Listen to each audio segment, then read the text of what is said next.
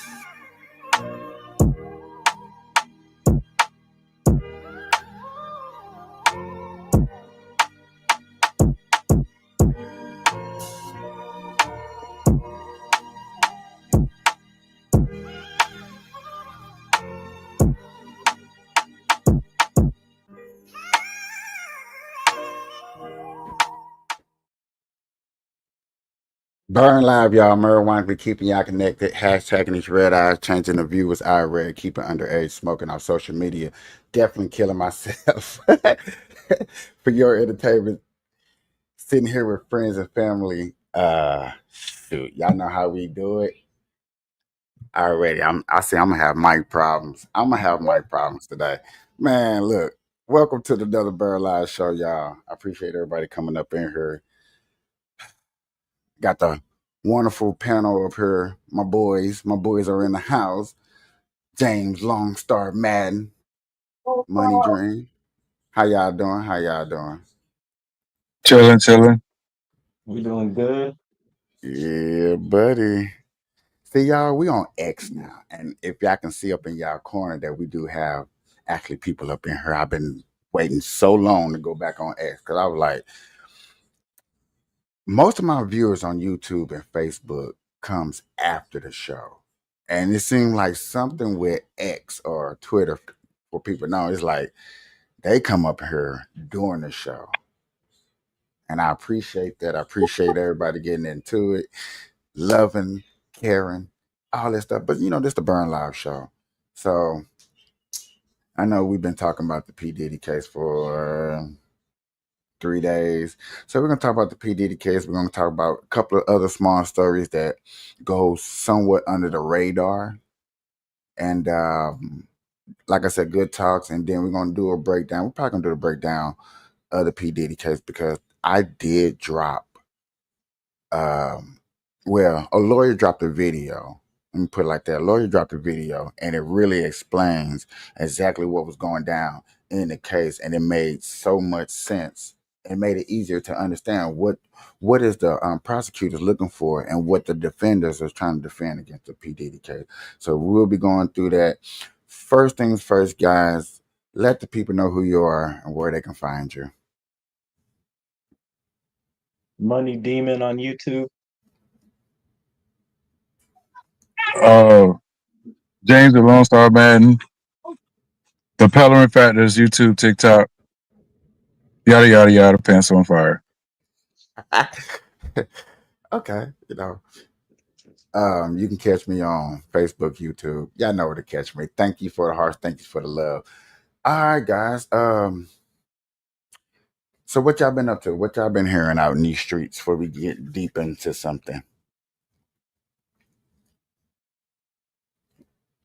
Shit, Streets for been, me, yeah. What's been going on in y'all streets? I know y'all can't hear the same thing I always hear. well, shit. Do you guys know the streamer Hassan Piker? No, I don't. Okay, Mm-mm. he's a live streamer, but Never heard of this guy, he's a political like far leftist guy, right? Okay. And right now he's talking about how he got pulled aside at the airport coming back into the United States, and what he's trying to say is that because he does a lot of speaking out against Israel and he's very pro-Palestinian, he's trying to say that Donald Trump is ordering people to interrogate pro-Palestine people. So he's making a big deal out of it, but it's uh, it's a huge exaggeration of the actual truth. And me personally, I don't like the Hassan Piker. He's really embarrassing for left-leaning people, you know. He's like the far left that a lot of left-leaning people are trying to distance themselves from, you know. Like But the far right leaning people that, you know what I'm saying, that is out there. yeah, Like, you know what I'm saying? If somebody ever asked me that, you know what I'm saying, what about those super extreme Trumpists? I was like, they're out there, but they're not yeah, like they're not really into nothing like that. For one, most of the people that are Trump extremists are really scaredy cats. You know what yeah. I'm saying? You hit the blue and yellow, you hit the blue and red lights, they gonna like, oh, I voted for Trump. You know, first thing we gonna holler, we voted for Trump. You know what I'm saying? We think that's our get out of jail free card. And I will admit, a lot of people that are Trump supporters think that they can say that and get out of jail free card. I will admit that. See, a lot of people won't think that I admit that. Like what happened to me last night on TikTok. You know what I'm saying? I got ambushed by a lot of people that hate Trump for their various reasons. And what I believe that happened last night to me is that I think they thought I was gonna run away from them. Oh, let's get on his case. Okay, get on my top. You know what I'm saying? Say what y'all gotta say. You know, I want to hear it. I want a mouthful because they really didn't understand that I got a podcast, that I was gonna take what they said and come on here and let people know, like, okay, so I understand how y'all feel. I see where y'all coming from. But let me say my piece. But did they let me say my piece like it's not? Nah, boy. They yelled at me so good and blocked me. I said, dang, I thought y'all gonna kick me out. Not the block. That should be the word. Hey, I deal with the same shit. I like to argue and whatever, but Yeah, I've gotten blocked so many times. And usually it's people coming on my page and then they end up blocking me. I don't really comment on anyone else's shit, you know. But people be real sensitive, you know. bro. Uh-oh.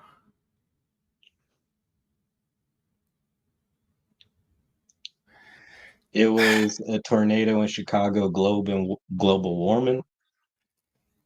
Would you really blame that on global warming? I I don't would go ahead.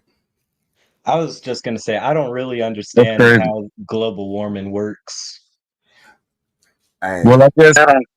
Well, I guess that kills your theory, Capiche, about skyscrapers blocking the wind tunnels, so you can't be no tornadoes. I guess that kills that theory. no, because we don't know if it was the outskirts of Chicago or in the inner city of Chicago. But you are correct. Hold on, because only reason I say that because when I looked at the pattern from St. Louis and it was heading downtown towards the skyscraper buildings, and then it veered a little bit north, just a little bit above the downtown area, and then went over to Illinois. So yeah, when she said Chicago, it did hit over there because it hit Illinois. But yet again, no, the north side. So like the inner cities, did it hit any skyscrapers? Did it hit your downtown area? Hold on, y'all. She putting up more comments. Yes. Okay. So, James, you are correct. It does knock out my theory.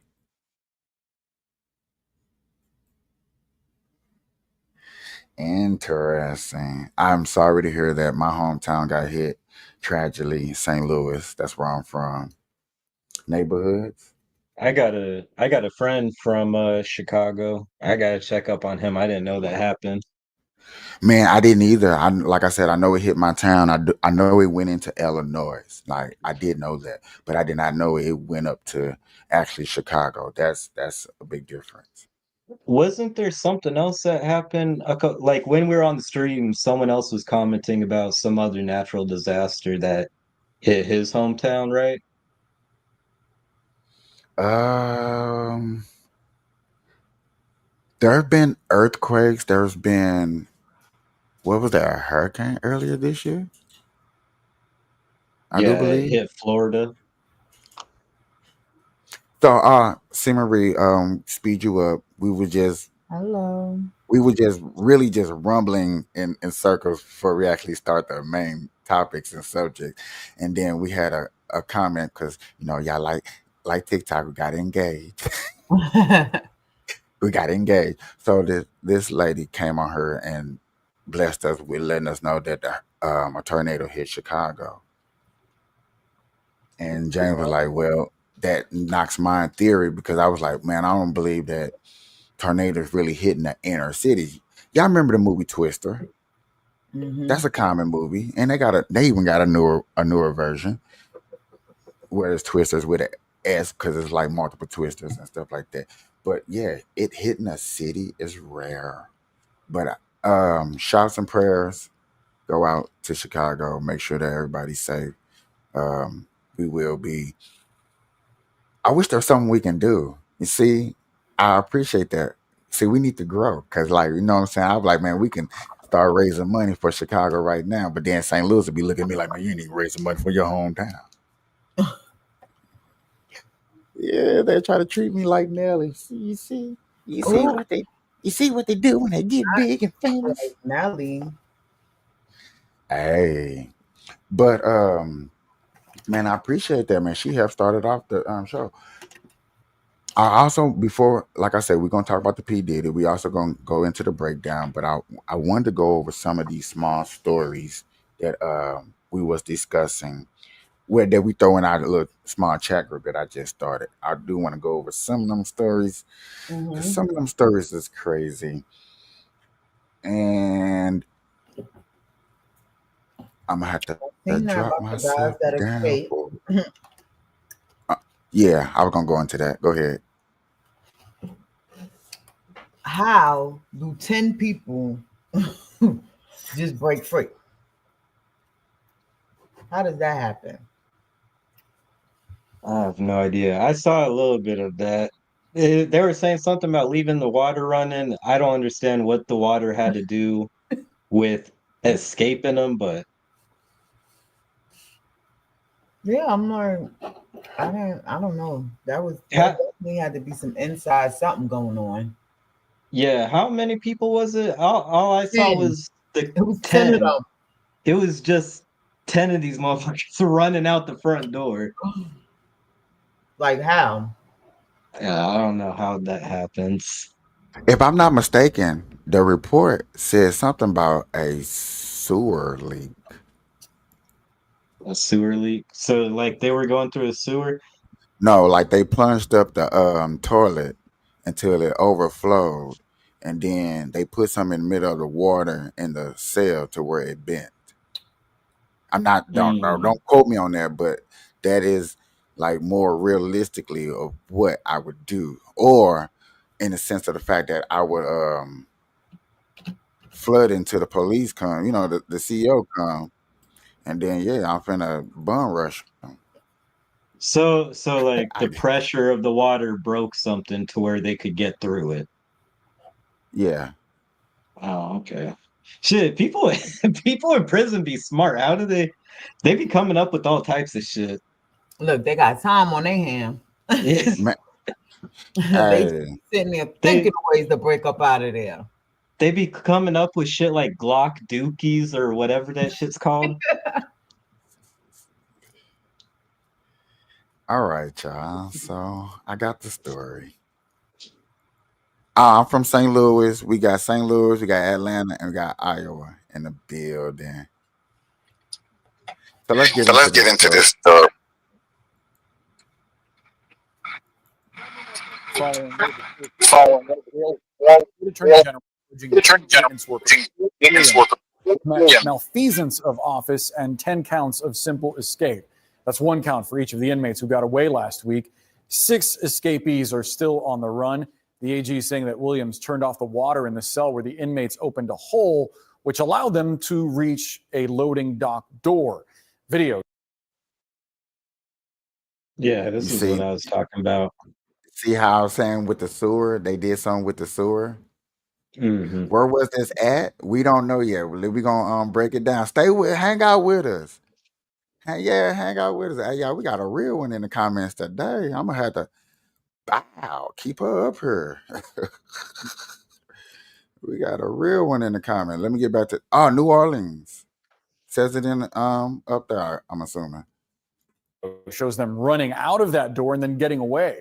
The Attorney General also alleges that Williams failed to immediately alert officials after an inmate allegedly ordered him to shut the water off. CNN's Rafael Romo joins us now with the latest. And Rafael, according to court documents, that almost sounds like they paid somebody. That last quote, if y'all want me to rewind, sorry, I can show y'all what I'm talking about. Sound like somebody on the inside paid the CEO. Mm. Let's listen to that again. Maybe I'm mistaken. Maybe I heard it wrong. Failed to immediately alert officials after an inmate allegedly ordered him to shut the water off. An inmate ordered somebody to shut the water off. When have you ever heard an inmate ordering anybody to do anything? Mm-hmm. That's why I'm getting like, okay, for that sentence, that quote, yeah, that sounds like a, hey man, hard times, you can't pay them bills. Here you $200-300. Man, cut that water off. CNN's Rafael Romo joins us now with the latest. And Rafael, according to court documents, Williams says that he was threatened. They said that they would stab him if he didn't shut the water off. Yeah, that's right. That appears to be the case based on a legal document we have reviewed in the last hour, Boris, a document that may spell out the reason why the men accused of helping the inmates escape might have done so. CNN has obtained a copy of Sterling Williams' affidavit for arrest warrant, where investigators say that the 33-year-old willfully and maliciously assisted with the escape of the 10 inmates. But there's another important detail that might explain his motive. The affidavit says in part that during a Mirandized interview with Williams, he explained to agents that he turned the water off from the outside pipe walk area under direction of an inmate who threatened to, quote, shank him if he did not turn the water off. That inmate was one of the inmates who escaped the OPSO Correctional Center. According to Louisiana Attorney General Liz Muriel, Williams was employed as a maintenance worker at the sheriff's office. Attorney General Muriel also said in a statement that Williams admitted to agents that one of the escapees advised them to turn the water off in the cell where the inmates escaped from. Instead of reporting the inmate, this statement says, Williams turned the water off as directed, allowing the inmates to carry out their scheme to successfully escape. Earlier today, Orleans Parish Sheriff Susan Hudson said the investigation into the jailbreak is active and ongoing, adding that she takes full accountability for this failure. Here, pause it. There were procedural failures and missed notifications. But there were also intentional wrongdoing. What'd you say? I was gonna say it sounds like they were ordering them to turn the water off, and they probably needed the water off to go through the pipes or whatever. That sounds good. Boy, where's James at? That's what I'm looking for. I ain't gonna even lie to y'all. Is he up here? He right here. You see him? Okay. All right, look. I gotta get this in order. There we go. Now I can see. This was a coordinated effort aided by individuals inside our own agency who made the choice to break the law. One arrest has been made, and we are continuing to pursue everyone involved, and that investigation is active and ongoing. And Boris, the arrest of the Paris Sheriff's Office employee comes after a fourth inmate who escaped from the jail Friday was captured on Monday in the New Orleans East neighborhood. Now back to you. So what's your reaction to this employee shutting off the water? Boy, they finna give him life. That should be the reaction. What's the reaction? Life. No, I'm just playing. Y'all probably think people probably think I'm mean like life, but he just, boy, y'all know who got to pay for that? You know who taxpayer money coming out of that? Cleaning up that sewer? Go ahead, James. Cause y'all know we paying for that, right? Well, people of New Orleans, they got to pay for that,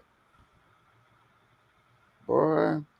And see, that's now if stuff like that happens, and they went to the people of the city like, "Hey, this happens. You know, this coming out of your taxpayer money.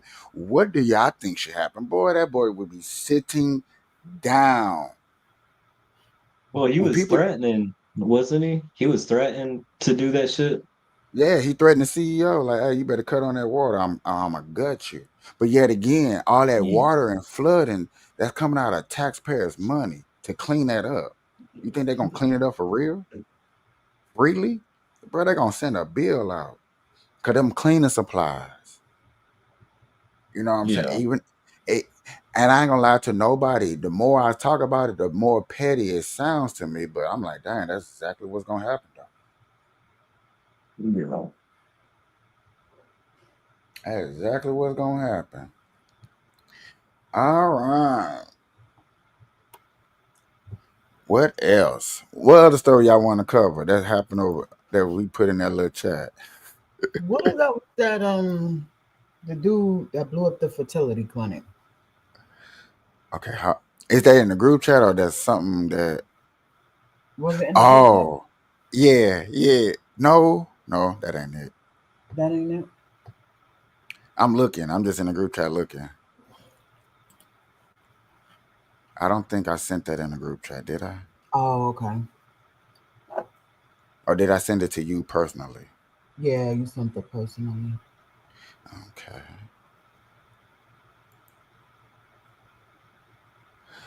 All right. Was it the last video? Okay, we could do whatever one in the group. 9 man at large? Nope. That's what we just did. Trump tariffs. Oh yeah, you want to do the tariffs too. It must be this one. Was it a short? Nope. That ain't No. it. I should have just left that up. Nah. Okay. Since I can't find that one. You remember how I was explaining to y'all last time we was on here about Piers Morgan show. And I said Piers Morgan is gonna have a debate about the P. Diddy. And I sent it to you, Marie. And I'm finna pull it up for the simple fact that they be killing. These are type of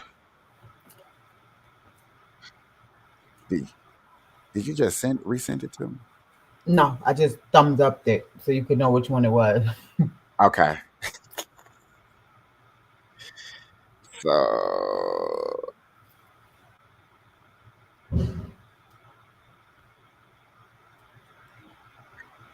stereotype of this crazed black man who's being prosecuted by 5 white women who are saying this man's sexual needs are insatiable.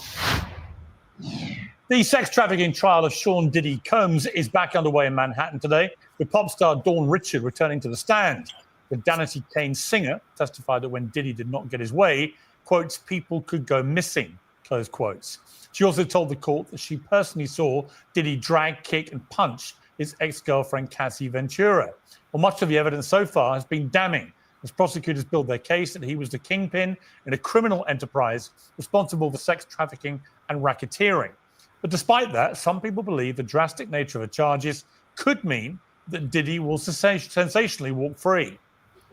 In a moment, I'll talk to Matthew Fletcher, the former lawyer of Suge Knight, and Ben Chew, who successfully represented Johnny Depp. But we begin with a man who finds himself at the center of a Diddy scandal. Lawyer Tony Busby filed multiple lawsuits on behalf of alleged Diddy victims.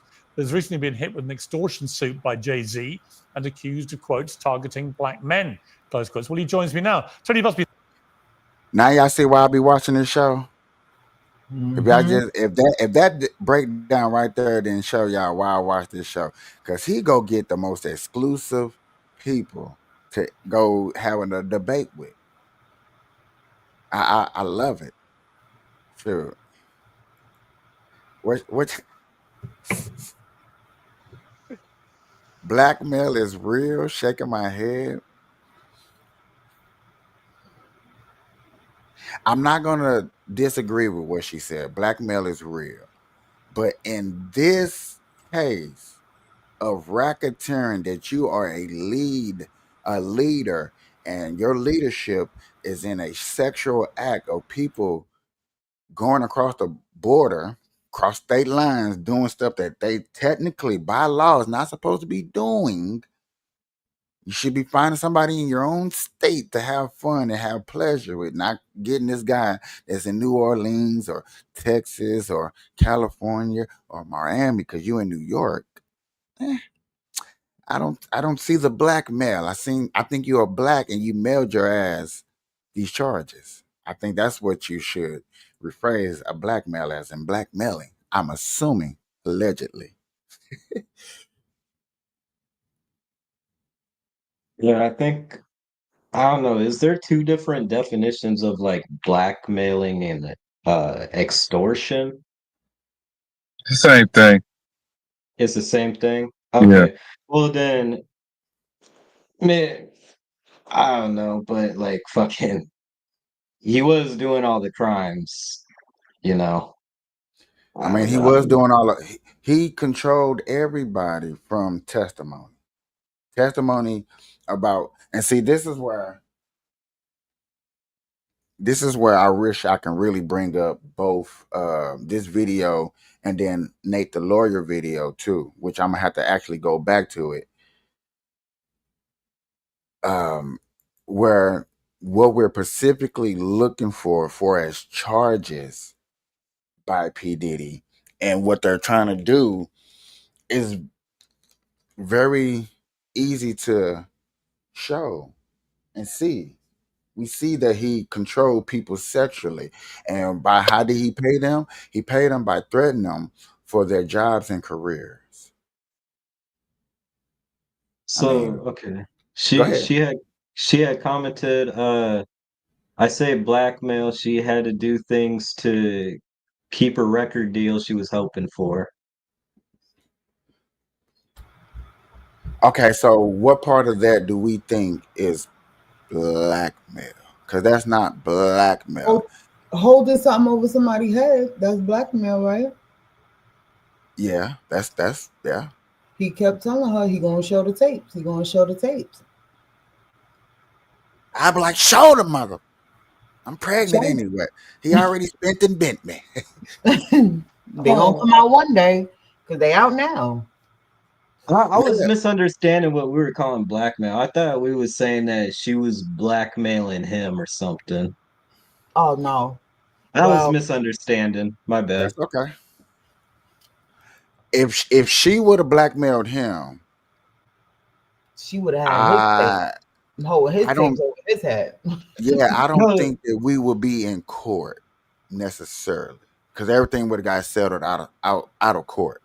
And really, that's why he paid her that money so quick. The next day after she felt it, he gave her that money. And I told that somebody's in here like, no, she didn't get paid. I'm like, well, everybody said she did get paid. Mil? She got 22 mil, right? Something like that, yeah. The next day, she went and filed her suit. The next day, he settled. Boom, 22 mil. Just shut up and go ahead now. And look, because he knew he ain't want all of this to come back. He didn't want this smoke. There's too much smoke. Too much smoke for him. Too much. Thank you very much for coming back to Uncensored. A lot has happened since you last appeared on this show. Let's start first of all with the fact that when we last spoke, You said you were representing 120 further alleged victims of Sean Diddy Combs in civil suits spanning 20 years with victims as young as 9, 14, and 15. Now, in March, you announced you were dropping 15 of these cases after Diddy's attorneys argued you weren't authorized to practice in the Southern District of New York. So just explain, before we go any further, explain what's happened there.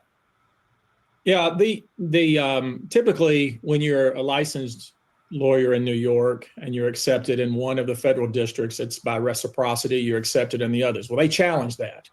And so they filed grievances against me and basically attacking my ability to practice in the Southern District of New York. And that is being sorted out. And while it's being sorted out, I withdrew from about 12 to 15 cases, but still represent those people. Those cases are still ongoing, still being represented by my firm and our local New York counsel. So I would call that a sideshow, much ado about nothing, and we're working through it. You've had a lot of time, obviously, since we last spoke to really, I guess, go over all the individual stories of the 120, as it was then, alleged victims. Have you now narrowed down that number to cases that you believe are incontrovertible? Are they all, in your estimation, incontrovertible? What's the sort of credibility looking like with each of these cases now? I'll tell you where we are now. We have 40 cases that are filed. We have 60 to 70 that will be filed in other jurisdictions. Remember, we were trying to make the limitations period that existed in the state of New York. So the rest of the cases that will be filed in other states, primarily in California. But the number's about still the same. Some people, because of these various sideshows and controversy, have dropped out, but still around 100 people who allege that Diddy assaulted them in some way. And as I've been receiving reports on this trial as it goes forward, one thing that has struck me is that the evidence and the factual circumstances are very consistent with what these plaintiffs have alleged. So we've been watching this criminal trial very closely, as you might imagine, and have watched this go forward, and it's striking to me, the allegations that are being made and some of the testimony that came out with Cassie and some of the testimony coming out today, very consistent with what these plaintiffs in the civil cases have been alleging. Here's how to never have to worry about money after a car accident. Listen, if you have been in a car accident in the past. And what is the sort of modus operandi consistent pattern that you're seeing? What I'm seeing is there's obviously a lot of violence involved, a lot of threats involved. Some of these counts, specifically transportation to engage in prostitution, that keeps coming out over and over. But also the implicit and then actually explicit threats that are made towards individuals after this conduct ends. You won't say anything, you won't do anything about this. I mean, that has jumped out at me. I've also been watching the commentators. People have been seizing upon this word and that word and saying, oh, look here, that proves that there was no coercion because Cassie, allegedly voluntarily participated in this activity. And I think one of the things that hasn't come out and hasn't been discussed that I think needs to be discussed is this idea of trauma bonding. When someone is in a long-term relationship and they have been allegedly abused, people have a hard time wrapping their head around the fact that why would they continue in the relationship? Why would they go back?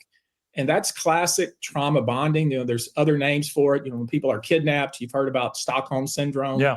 Heard about battered wife syndrome. What I have seen, we had somebody there during the opening statements, and of course we've been receiving real-time updates every day of the testimony, and that has jumped out at me time and time again, is that this idea of trauma bonding and these commentators who have seized upon certain snippets of text and so forth, where they talk about, well, look, Cassie was... Because y'all know that, not to cut them off, just so everybody can update, there's no cameras inside the trial, but there are people in there tweeting like every word that's been said to the best of their abilities to get out what's going on up in there. So I do understand how he's trying to clear up the narrative of the airway and what's going on as far as what people are saying, what people are thinking. Because you know how I can go back to like how when we first started covering this, we knew absolutely nothing. So we were just throwing out whatever. We also had a person that was up in here that, you know what I'm saying, that had their opinions and gave us, you know what You I'm know what I'm saying, saying? A sort of an of an idea idea where where we think the case was going. And then day 2, you know, we had our little discovery, and then boom, we got hit with a whole like, let's break this down what it's for.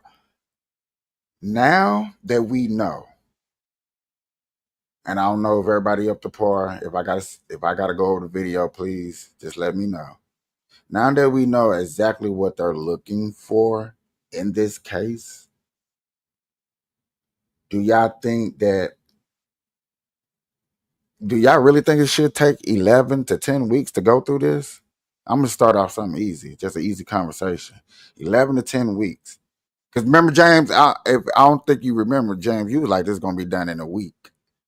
You was like, it's gonna be done real fast. It's estimated to be going on for 10, 11 weeks. You think it should take that long?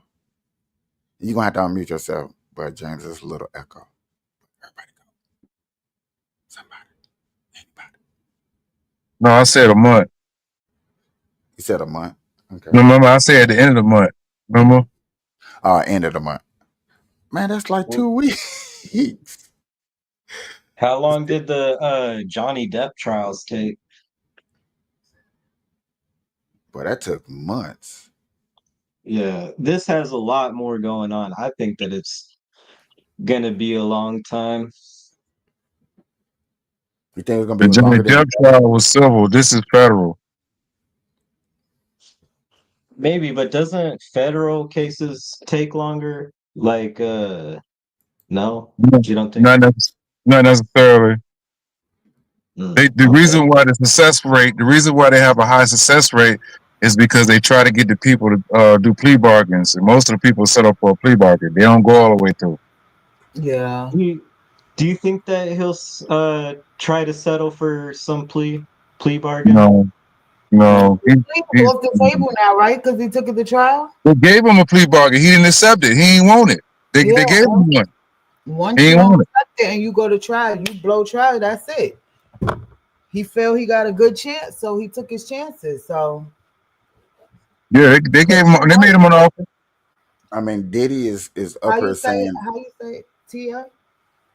You said they're gonna make an example out of him. I think so too. They need to. if he's guilty, make it the They example. need If to he's make an not, example out of him. but you see how, but not to take, like I said, not to take sides, but to think like how Seven think. You know what I'm saying? For real, you're innocent until proven guilty.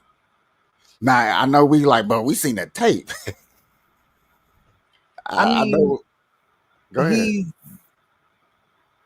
innocent, yes, but he's guilty of abuse. Apparently, he's guilty of abuse, and she ain't the first one that say he's abusive. Then they got the Justin's mother. I think she about to come and say something or something. I don't know. See, Kim's gone, so we can't hear her side. But I heard he used to do stuff to her. She had broken arms and stuff. So who? Kim Porter. I don't know why I was thinking Lil Kim. I was gonna say Lil Kim go. Oh no, not her. I said somebody please update me on something. So if y'all was up here to defend Diddy, I know this is like what is y'all gonna try to do in his defense? Like, okay, what is his point of view? What do The y'all think? defense is they wanted it. She wanted it. How they trying to show in them text messages and stuff? She clearly wanted it. She enjoyed doing the freak offs. But all these other people, they enjoyed it too. They was all look. Whoever wanted to go to the Diddy party went to the Diddy party. He ain't forced them to go. Look, 50 wasn't in a Diddy party. Boy, look, 50 is not for to keep being y'all ace in the hole right up here. Look, he's been sticking with what he's been sticking with from day one. He don't mess with him. He not going to them Diddy parties. He don't want Diddy taking him shopping. What, another man gonna take me shopping, man? Come I on. looked at that dude. No, it was funny when he pulled up that pit with him with Diddy and Meek Mill with matching shirts. Come on now. Come on now. So how was y'all gonna prove that that my organization is not sex trafficking? Because that's a heavy duty one. When you got a dude say, yeah, I was in a whole nother state. I came across state to do a pleasure for this guy and this woman. You can't say no, because you know why you can't say no, because there I am on film. Here I am. Not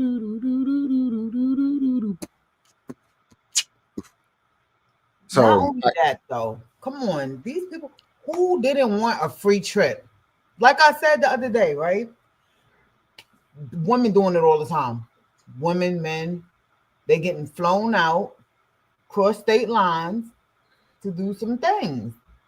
And they willingly go. They know what it is. yeah, but they're Get you this flight to Cali. but I understand that, but in the same token, in the same breath, there are millionaires, billionaire men out here that are grabbing these girls come on boats, and probably half of that is not happening. Like, I'm not trying to get off no fantasy. I may trying to show off, which is true. You know what I'm saying? I get the yacht show off, because okay, the Monaco is this weekend. Do y'all know what the Monaco is?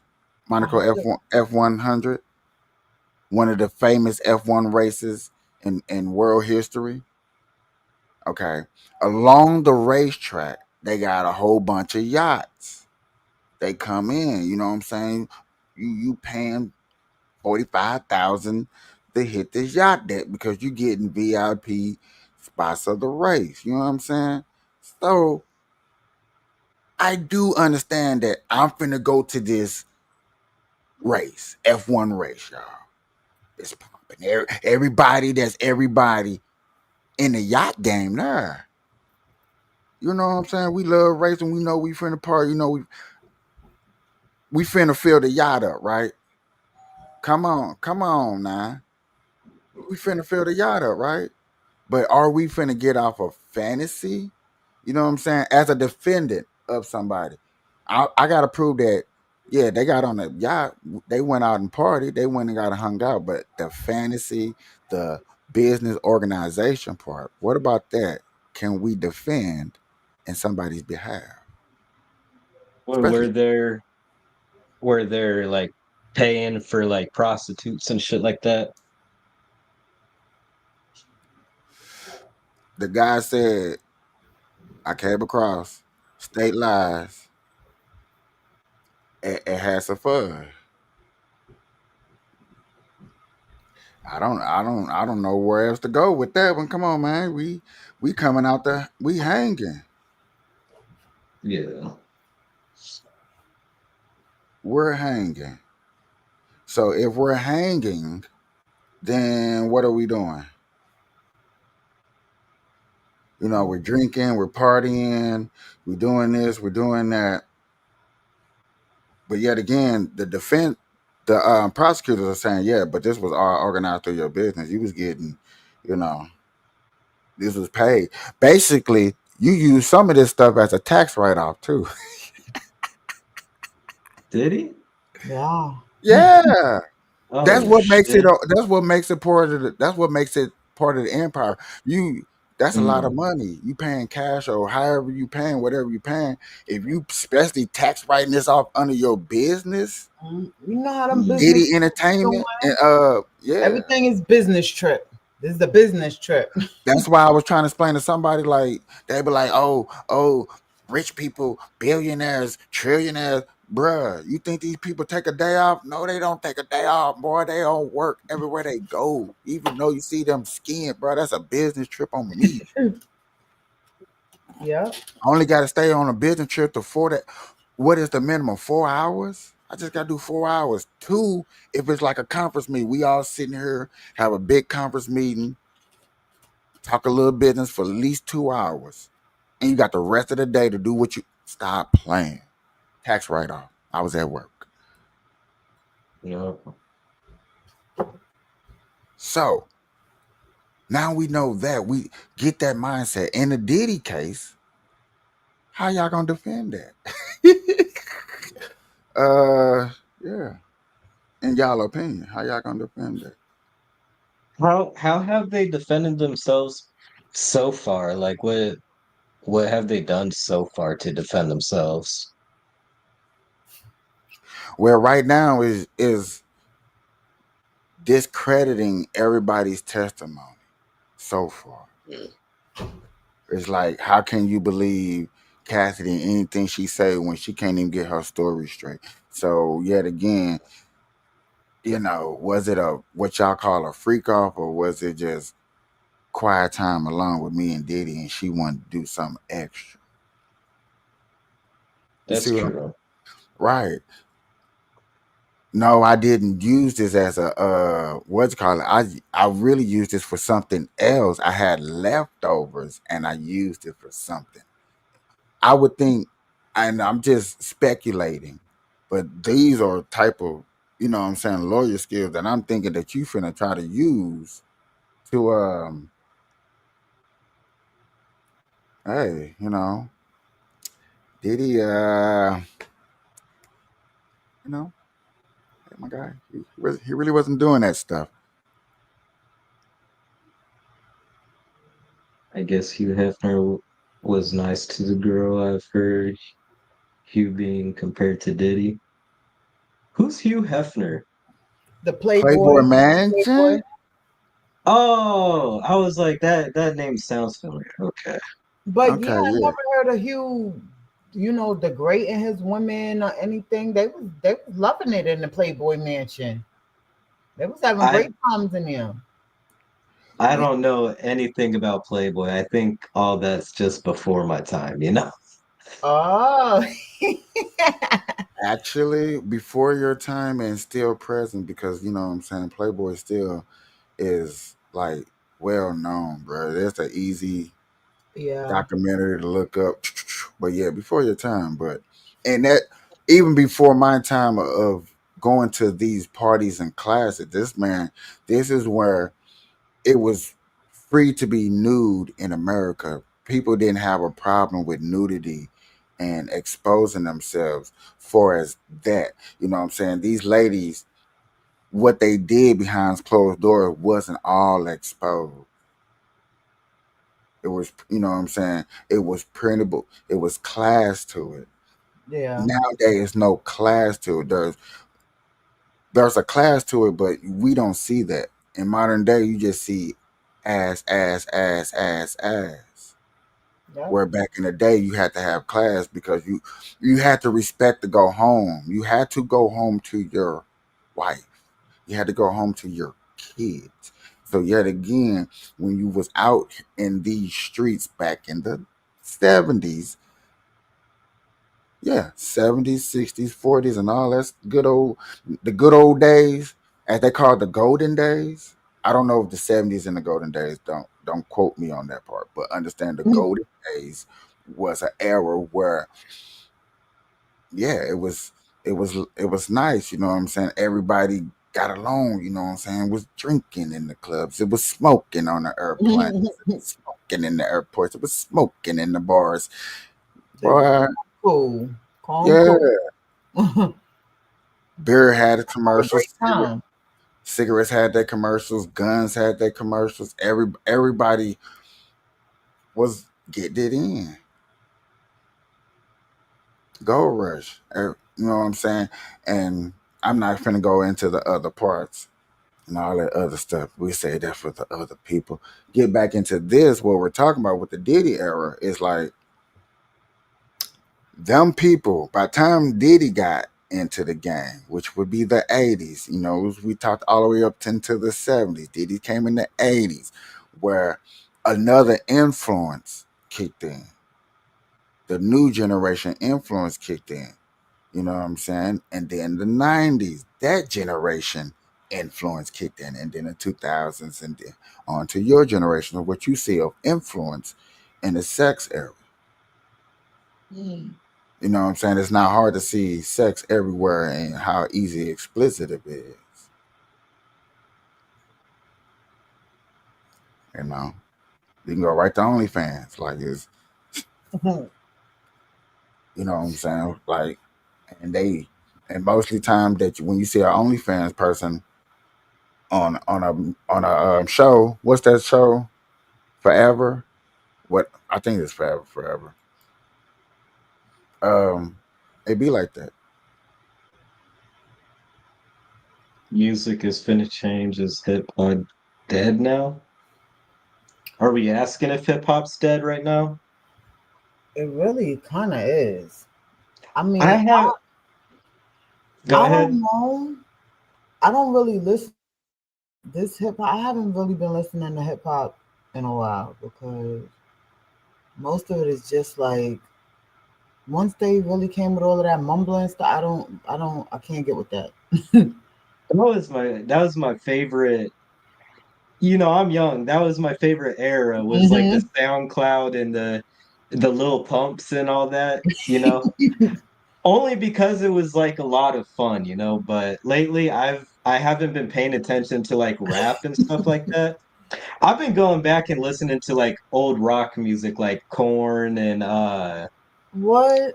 Foo Fighters and stuff like that. Yeah, See, like So and something that's that one thing. I like all different types of music. Like just yeah. just to enlighten you on that, something that my culture don't really do for the young generation around y'all. It's a few that still do. You know what I'm saying? It's a few that still like the oldies, but it's a few that it's majority of that would denounce anything that's old because they use the word old.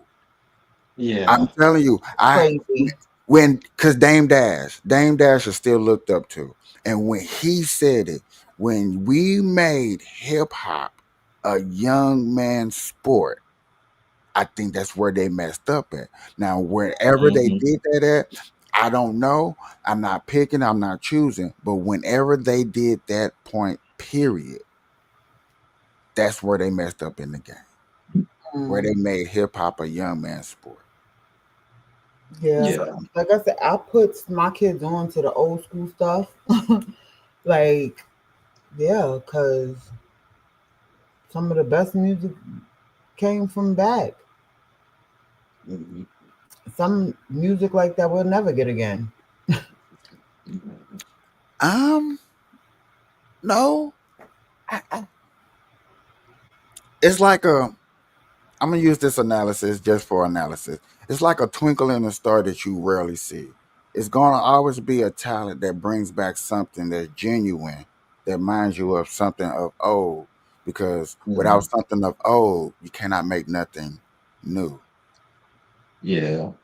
A lot right? of a lot of music is tying into like what's it called? Like a feeling of the time. And you go back and you listen to the old music and then it reminds me of where or reminds you of where you were at that time and like when you were listening to that music and all that. Hmm.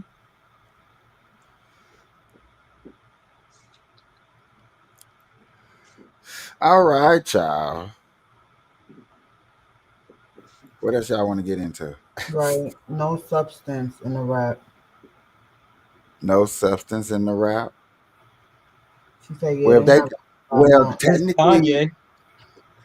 technically it is substance because if they're doing what they're saying they're doing, Substance abuse. okay, okay, there you go. But there you go though. But and only reason they get away with it is because luckily we got this amendment that people only want to use when it comes to it. This amendment called freedom of speech. Mm.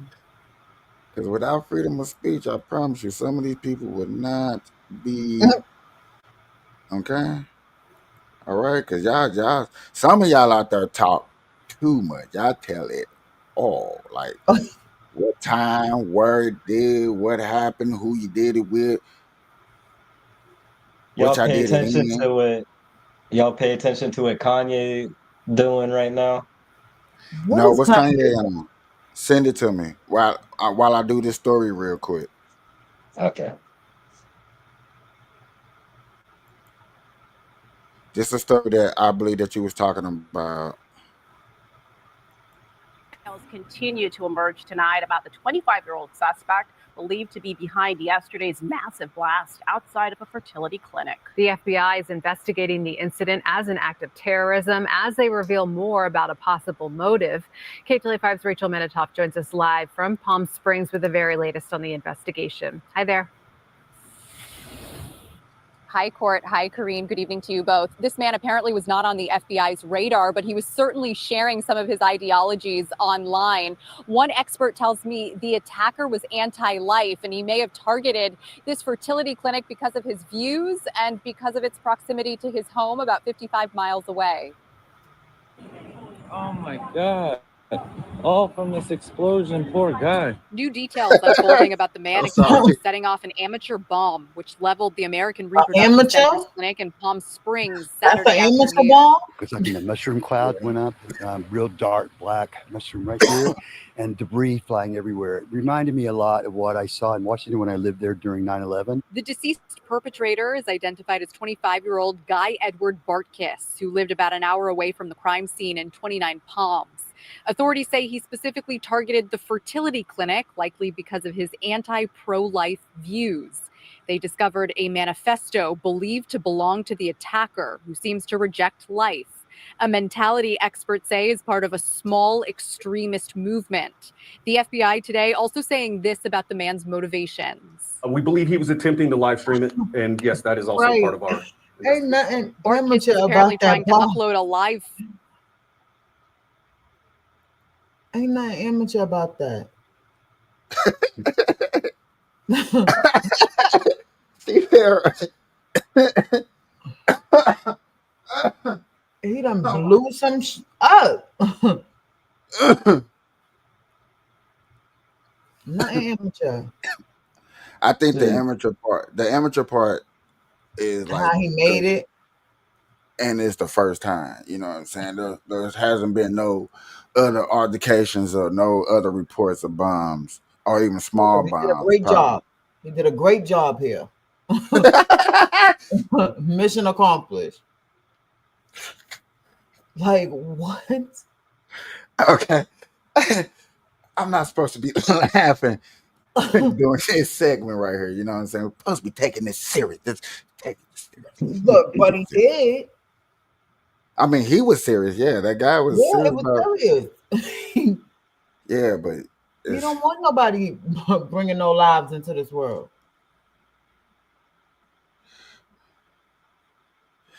This, in my opinion, is more.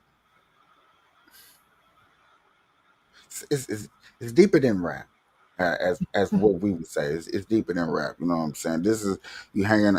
This is what they would say cult like activity. You know what I'm saying? Just to keep it professional and words that I know that fits what I think is close enough to describe what he was going through. You know what I'm saying? What led him up to this? This is this is cult. This is you sitting somewhere, listen to a bunch of people, and y'all all agree on the one agenda. You know what I'm saying? Somebody said something big, bad, and bold. You sitting over there in the corner. You hear him say the big, bad, and bold, but you like, dang, you know what I'm saying? He ain't about that life. You know what I'm saying? You go home, you looking up the internet. Oh, you know what I'm saying? Because you want to show and tell. You know what I'm saying? One day,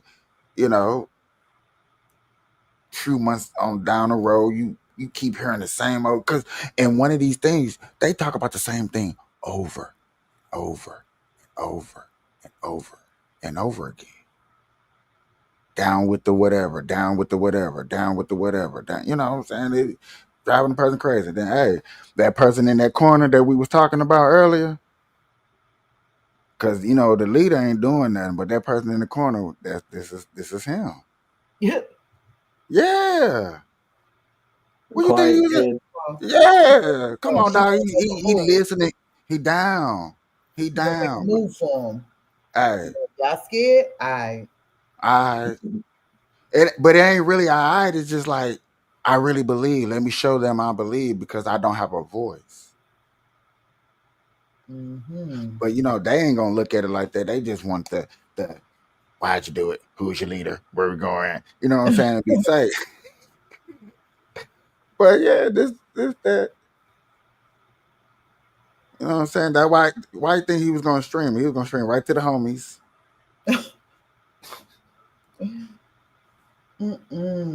Yeah. Hey. I know the FBI looking at me like, we need that kid. We need that kid.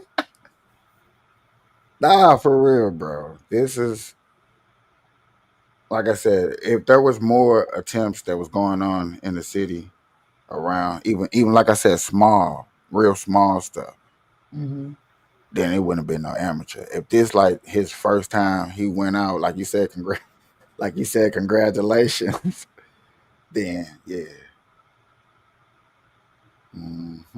This is what you get. Probably been Yeah. showing hatred. This hate crime too. Yeah, definitely a hate crime. he hate life. That's what he hate. Man. Hopefully everybody was safe up in there. Everybody was safe up in there. For Hopefully real. Look, hopefully he did it when it was closed. Nobody was in there. Please, I hope so. That would be the smart thing. All right. Look, you still got your point across. And you ain't hurt Oh, nobody. if you're gonna show those songs that I sent you, what are you streaming on? You're streaming on Twitter, YouTube. Yeah. Are you streaming on TikTok? No. Okay. Yeah. Then they Bro. should be Stay fine away to from show. TT. Bruh. I wouldn't dare TT got bring so much rules. yeah. And then if we was on like I ain't gonna lie now, we was on TikTok, bruh, their comments would have been going crazy. I will give it that. Cause all types of people would have been up in here. Yeah. Are you gonna show the Kanye song? Yeah, is that okay? Well, no, I was just asking because it's crazy and it could get you in trouble with TikTok or something. At least the first one. I was gonna say if you're streaming on like TikTok, just skip the first one and go to the second one. It's his album lyrics? Yeah. No.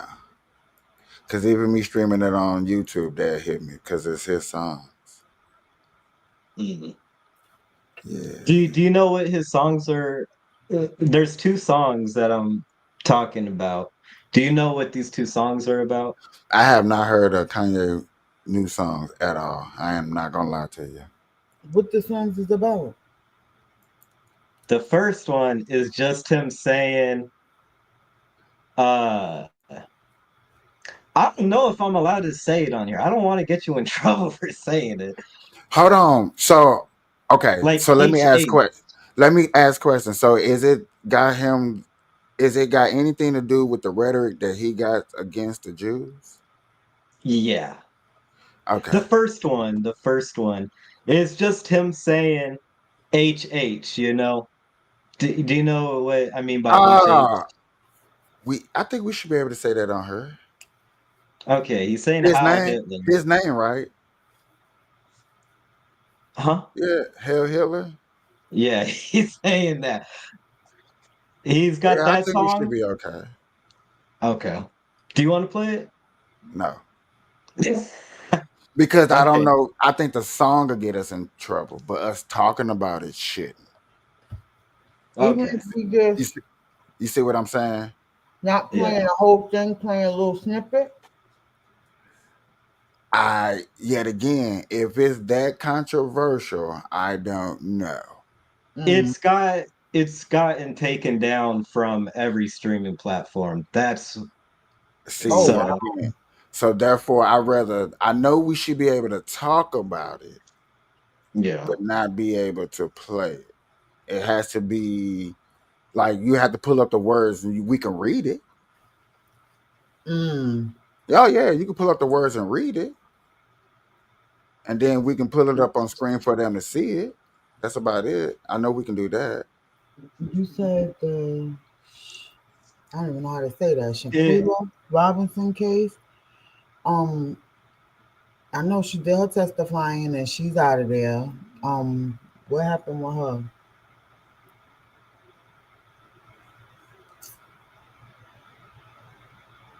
They was trying to discredit her. I know that. That's basically what they all going to try to do. But if, like I said, if She cases, couldn't remember if he hit her with the skillet or if he threw the eggs at her. But at this point, what do that matter? It was a long time ago. How do they expect people to remember, exact details of this stuff? because I do believe these, you have to present these allegations first. Like you have to present like what evidence, what do you like, what is your testimony? Is that the right words I'm using? I do believe that. What is your testimony? Because you had to testify something. You know what I'm saying? That she seen Or, him with the abuse that she seen him do to Cassie. because yet again, we don't know if how much film is getting exposed. And Like, then I think she brought Jay-Z into it.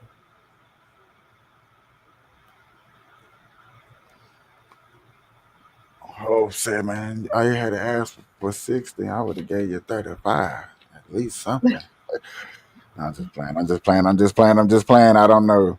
Hope Okay. don't come after me, cause I heard your lawyer on fire. We just seen him on the Piers Morgan show. What he said about Adolf Hitler and his lyrics. And did the friends get charged? Did they bring the case to America? what happened? I don't Chris know. Chris Brown has got charged in another country, and no, they cannot bring Mm. his charges.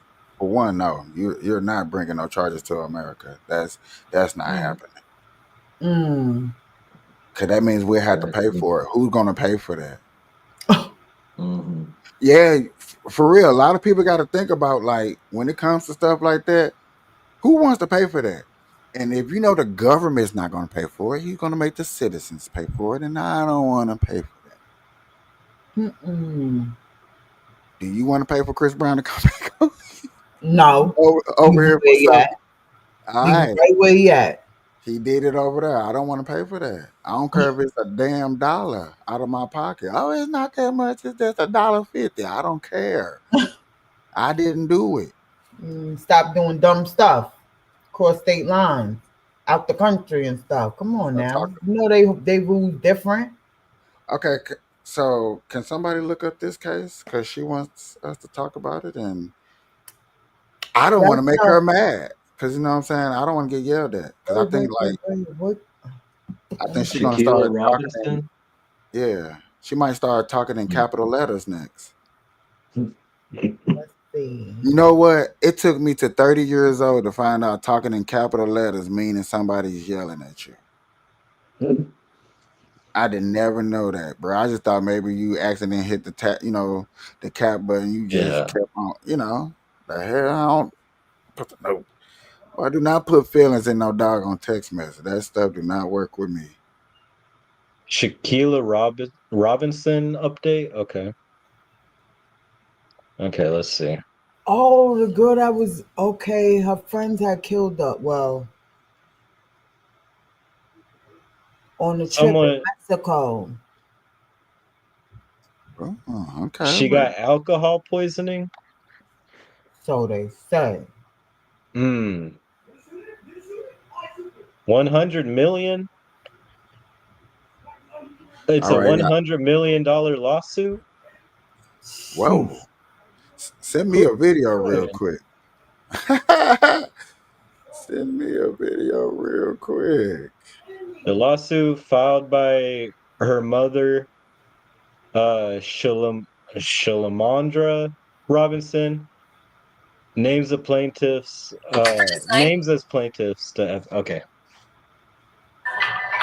To this now, it has been more.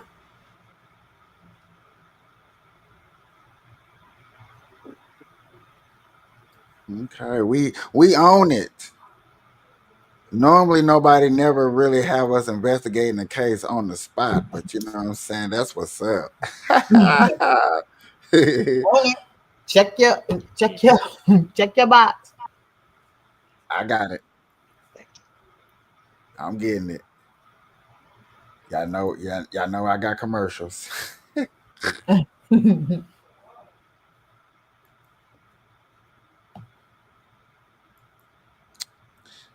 Man, we on to new activity.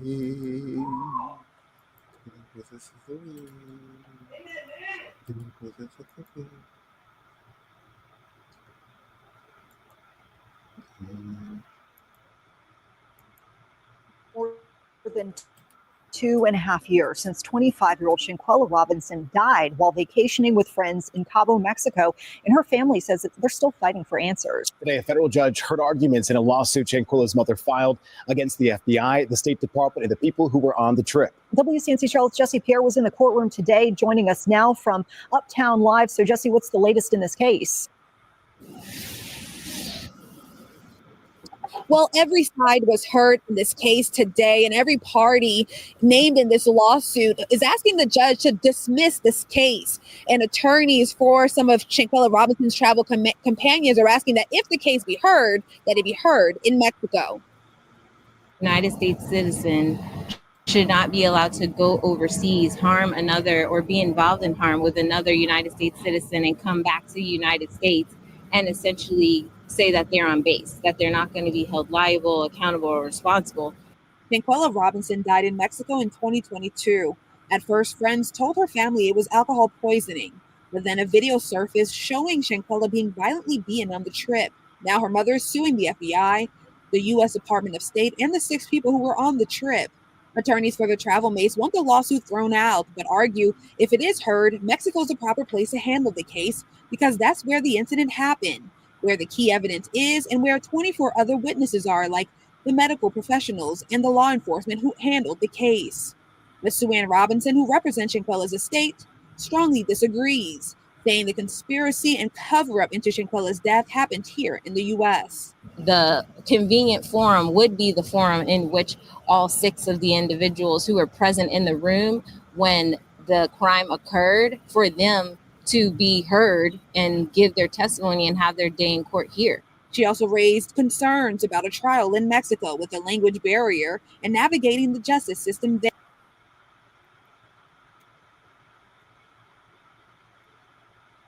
Yeah. Was that the lawyer? Yes, that was the lawyer.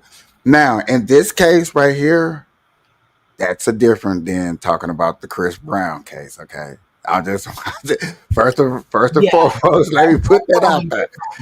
This is totally different because what she's saying is the first crime is the FBI knew that she wasn't poisoned, that she was brutally battered. So she's going against the FBI. That needs to come to be in case over here in America. That does not need to be over there corrupted in Mexico, for one. So the friend's still in Mexico. No, they all back, but yet again, it's basically like there was no charges at first to them. You know what I'm saying? Because they all their testimonies lined up together that she was alcohol poisoning until a video surfaced came out showing something different. So yet again, it's like where the video come from, which, you know what I'm saying, I don't know if we able to look that up and find out where this video surfaced from, but still, the fact that the video surfaced came out alludes to that the FBI, who investigated the case, who agreed with everybody else's testimonies, was false.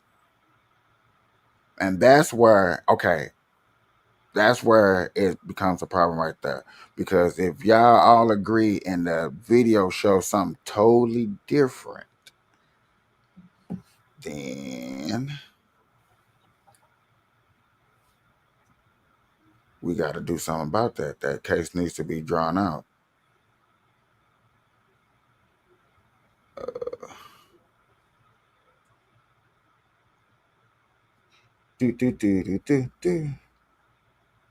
So I get it. I get it. I see what you mean. I feel like this.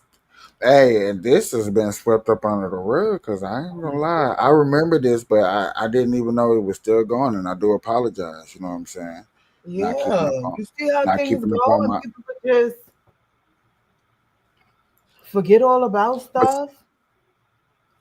yeah, but see, I'm building a beautiful team, and we gonna keep up on cases like this. You know what I'm saying? And we gonna keep the follow-ups and keep talking about these stories like these. Stories like this need to keep talking about because I'm You interested know, in to figure out what happens.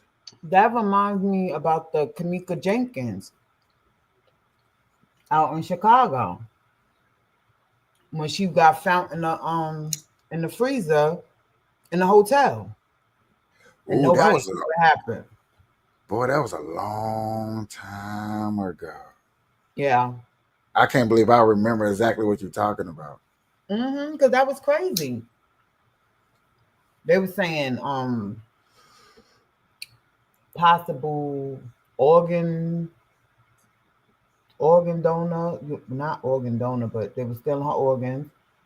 That's why they had her in the freezer, like all kind of crazy stuff. It takes a community like you coming in. We appreciate you bringing it up. Yes, thank you for bringing that up because I'm like, forgot all about that. That's sad. I've never even heard about this case. Hey, Miss Love. Well, let's finish. Let's finish the video. I'm so happy you're not talking There. The Mexican civil litigation system is completely different. There's no jurors. Attorneys for the tribal may decline to say much outside of the courtroom. No comment. No comment. Meanwhile, Jaquella Robinson's father, who was in the courtroom, says he is not giving up. Only thing I can do is stand for Shanquella and talk. Be her mouth, be her voice. Because she didn't deserve this at all. She looked like a pop. So what's next? Well, the judge heard all of the arguments in this case, but has not made a final decision yet. So we'll be watching out for that final ruling. Live in Uptown, Jesse Pierre, WCNC Charlotte. All right. Thank you for keeping us posted, Jesse. Okay, hold on. Let me subscribe to that. Yep, thing. So I can, do my due diligence of homework, of keeping up with that case. Cause that's the only way we're gonna keep up with that case is, what I'm saying. Yeah, take that out. Yeah, I appreciate it. I always ask anybody have anything out there that wants to be discussed, that needs to be discussed, that needs to be broken down. Please send it to me. Come on to the show. Let me know. Inbox me. Get a hold of me because I don't mind taking the time to discuss this and making a voice because I know this going to be made into some shorts. I'll bring it over there to the TikTok world. You know what I'm saying? I'll bring it up in conversations over there. I will talk about it everywhere on all these platforms to let the voice be heard because in my eyes, our voices need to be heard. For real, for real. All right. Boy, this has been interesting. So I'm guessing the last one that I sent you is the most recent about what's going on with the Diddler. with his name being said, the With Obama part. yeah, Yeah, I seen this, and like what killed me about this was like his name was mentioned, but like never brought back up. It why was was just it mentioned? They was just saying they met, right? yeah, because the dude that they interviewed had all ties. But I do understand how she making a headline, but yet again, it just So it really don't got nothing to do with nothing. I don't know because I They didn't see this so version. stupid. I just seen the part where she talks about breaking it down. We can get to the point where there's more details about the Obama. Let's get to it. Ooh, damn! Don't pass it up. I got you. I got you.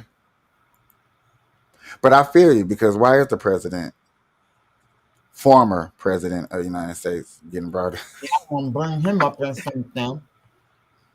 Isn't it like Diddy would like help with campaign and stuff, like same way celebrities do with He got the key to the other city of New York politicians? from this from Mayor what's the mayor of New York? What's his name?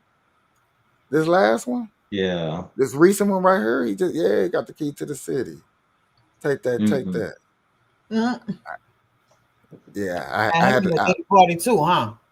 I had to I don't care what nobody say. I guarantee the mayor been to a Diddy party. Yeah, Mm-hmm.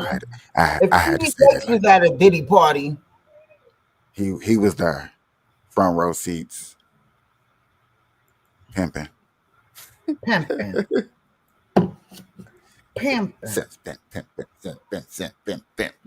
Not a family member, not an associate, do this type of activity for you, it falls under the workload, the work purview, the job description of the employees to engage in illegal activity. The prosecution ended up asking James a series of questions that led to him admitting that he often was around when Diddy would meet with high profile celebrities, but also politicians.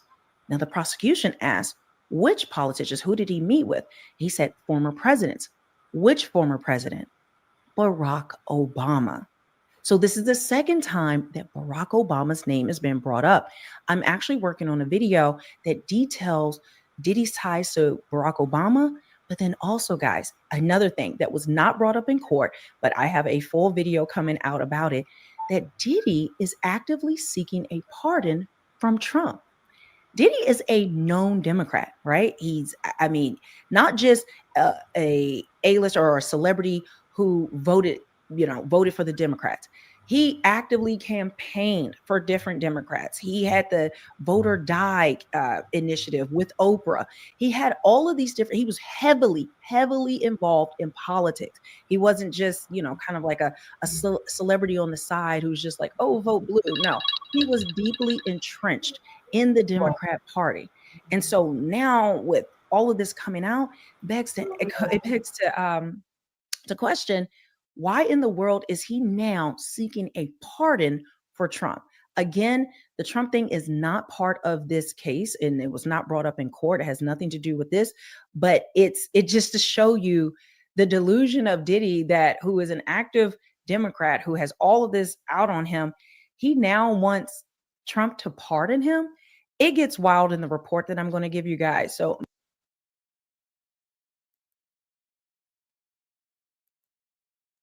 And we just gonna take it from there.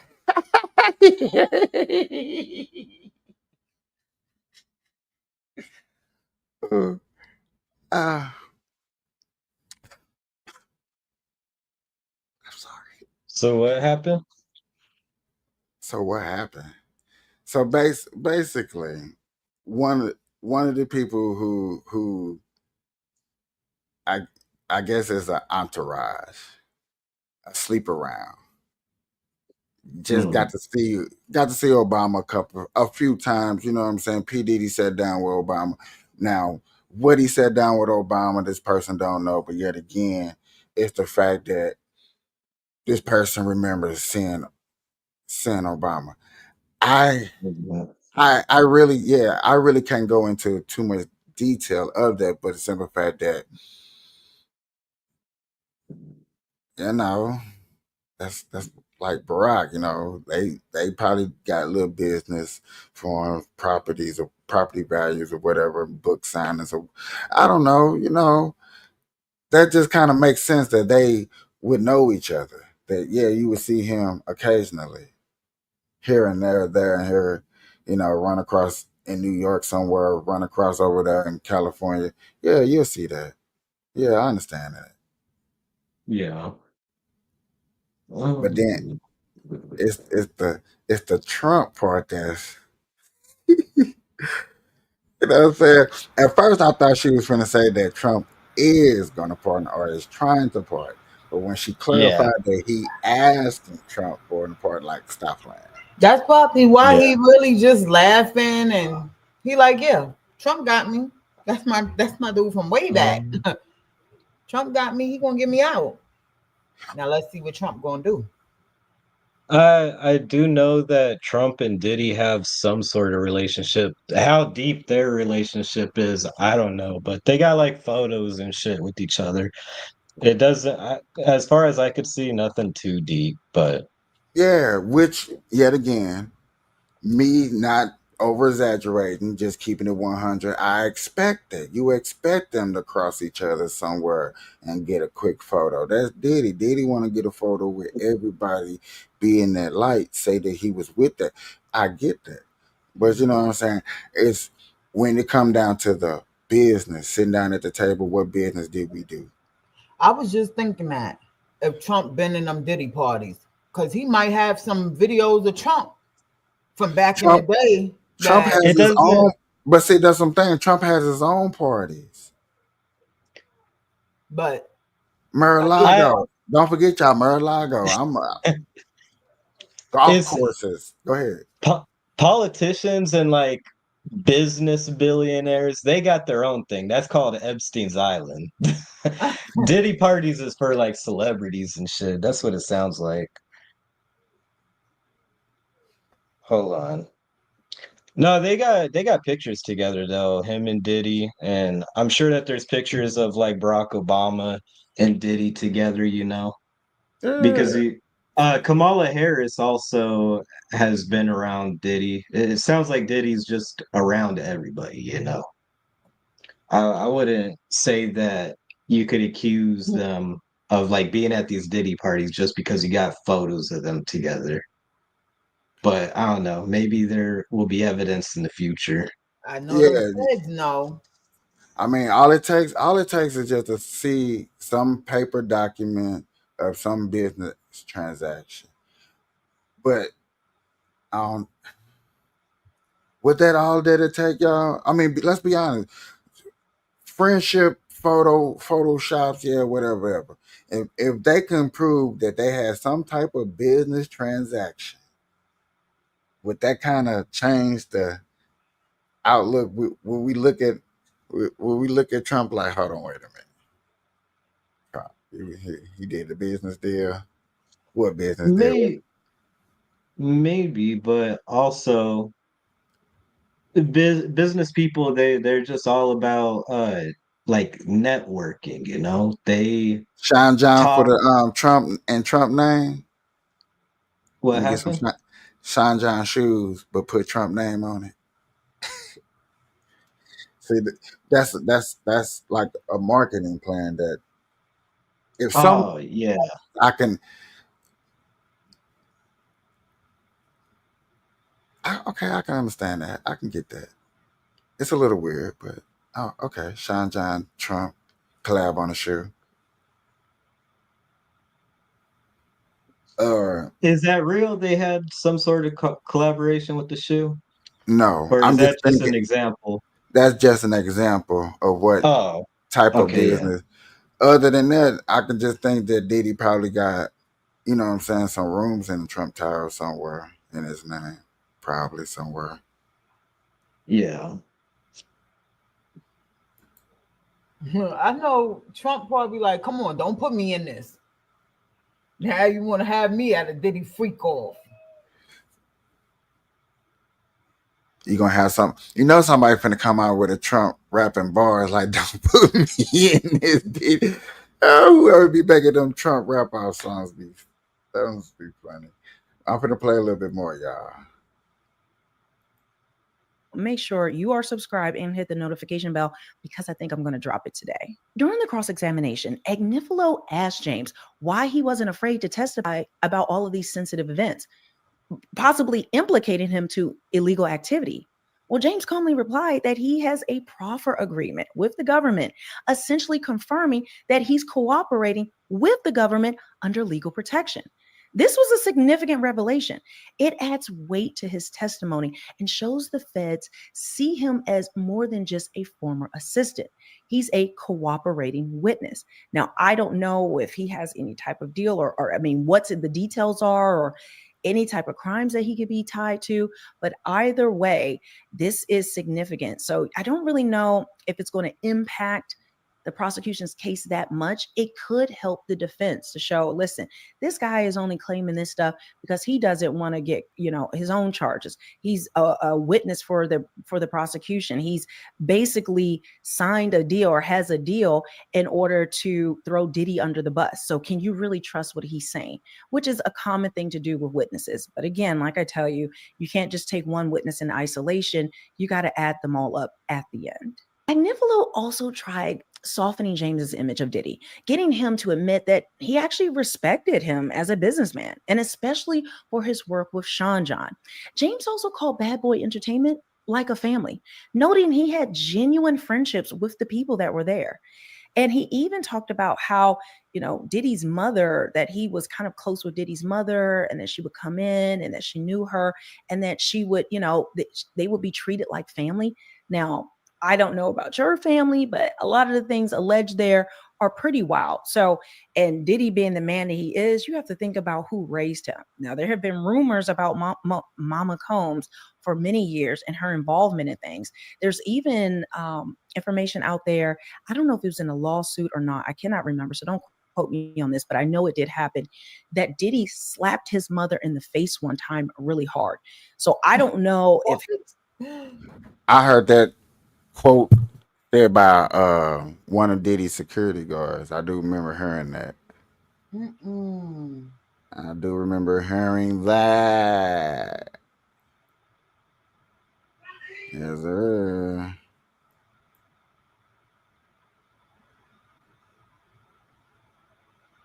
Man, what you just sent me, Jason? Oops. Oh, I looked up Trump and Diddy pictures together, and it seems like they got some sort of relationship. There's a lot of photos of them together. Them things look old as day. Like back in the day, yeah, when back in the day when he could do some dirt.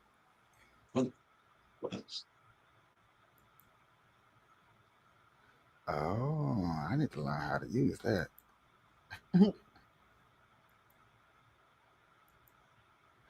Yeah, I don't know everything how to use on her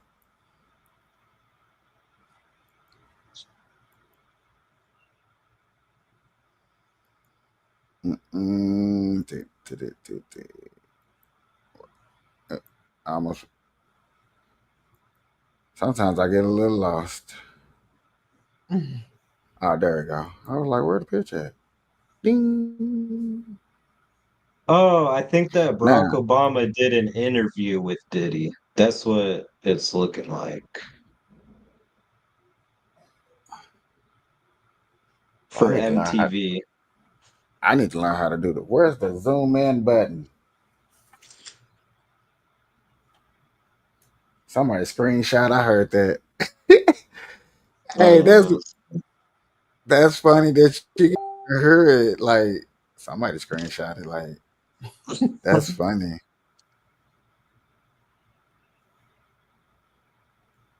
so I just looked it up for, you know, transparency where Yeah, you got Obama and then you got Trump, but it looks like Obama did an interview with Diddy.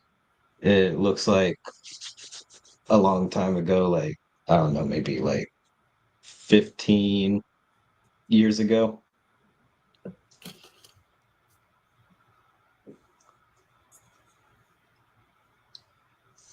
Ah, but look how young Trump look. Like Diddy looked like a stepchild to Trump. Yeah, he do. He just look young. He looks very young. It looks like before he ran for president too. Boy, that's Yeah, way way. before. This look like in the 80s Early where 90s. The early one where 90s. he's like wearing the top hat like that looks like in the 90s or something. Yeah, that looks 90, early 2000 ish. Cause ain't that Blanca? I can never pronounce her name right. Ivanka. How do you pronounce her? Ivanka? Ivanka? Okay. Well, Trump. Well, Oh, Melania. Melania. That's his new wife, right?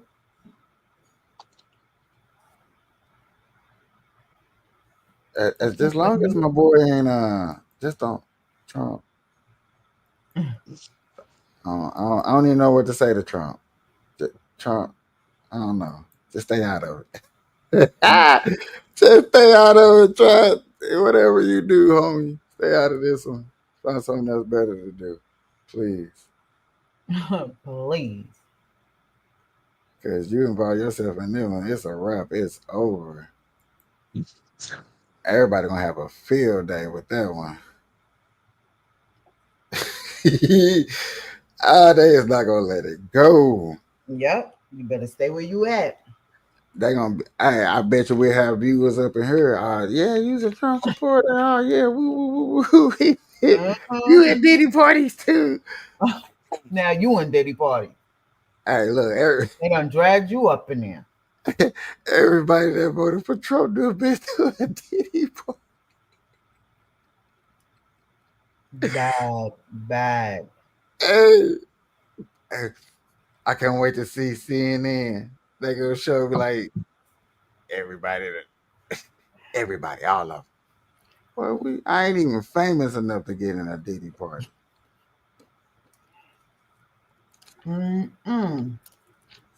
Boy, I sold CDs in St. Louis, and I don't even think I sold 10,000 of them. So I know Diddy don't know me. He didn't get my CD. For people that don't know what that is, that was an era of time where people got their music off of. I don't know why we gotta explain stuff like people got what CDs is. For real. They will not know. All right, what else we got? We got one more. We got one more to cover before we go. Oops, I done took down the wrong one. So I was kind of glad about the because I didn't really know nothing about the tariffs. And I was just like, what is he doing? Leave them people alone. While we getting our goods, leave them alone. But now I have a better understanding of what it is. And yes, somebody needed to start negotiating some things. Because, yeah. Did I put that in the chat? I know I sent that to you, so I need to go. Yeah, you sent it to me. I just think this is a good video that explains tariffs as a whole, so you can just understand what is for, what is it about. Yeah, because I mean, and I'm sure it's plenty other people out there too that really don't know what, we just hearing the word tariff, and we like, oh, he's taxing them and da da da. But yeah, it's about time. It's about time. All these other presidents just left it like that. No negotiations from way back. Like, come on. Oh, I didn't even know I sent you Nate the lawyer, huh? Mm-hmm. Yeah. Got me right. So before I bring this video up, just quick question: do y'all think with these tariffs that iPhones are going to cost us $13,000 in the near future? Like, is this going to cost us a lot of money? That's going to be like It'll ridiculous. go up, but it's not gonna be crazy. He negotiated like at the beginning of the tariff stuff. Not the very beginning, but he ended up negotiating to where we're not tariffing electronic products from like China.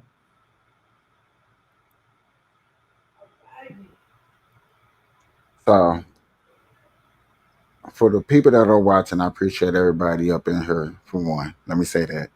But I'm finna go into this to explain to everybody who really doesn't get a good concept, because I didn't. So I had to do my homework. And this was like this video, and I got another video that just broke it down very expeditiously.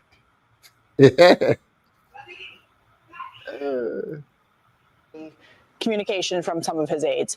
He said it's very simple. If you tariff us, we will tariff you at the same rate, and we will talk about the rest later. But we want an equal playing field to get back to actual fair trade. But we will charge them approximately half of what they are and have been charging us. If you look at that, China, first row, China, 67%. That's tariffs charged to the USA, including currency manipulation and trade barriers. So 67%, I think you can, for the most part, see it. Those with good eyes, with bad eyes. We didn't want to bring, it's very windy out here. We didn't want to bring out the big charts because it had no chance of standing. Fortunately, we came armed with a little smaller chart.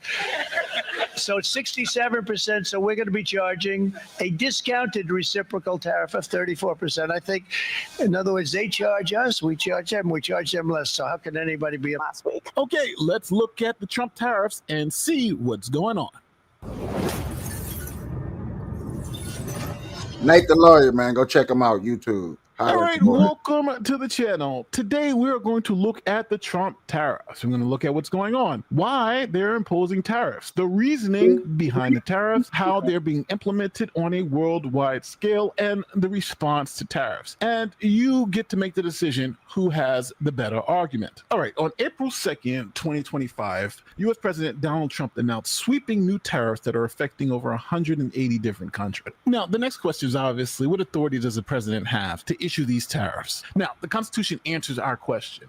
It says here, Article 1, Section 8, that Congress has the power to levy tariffs against foreign nations. So now, I know your next question. You're like, well, it's the president of the United States who are levying these tariffs. So this has to be unconstitutional, right? This rationale is the basis of this conservative group's lawsuit against Trump's recent tariffs. Conservative legal advocacy group has filed the first known legal challenge to the Trump administration's tariffs. The new Civil Liberties Alliance filed the lawsuit on behalf of Simplified, a Florida-based company that sells planners and other home organization products.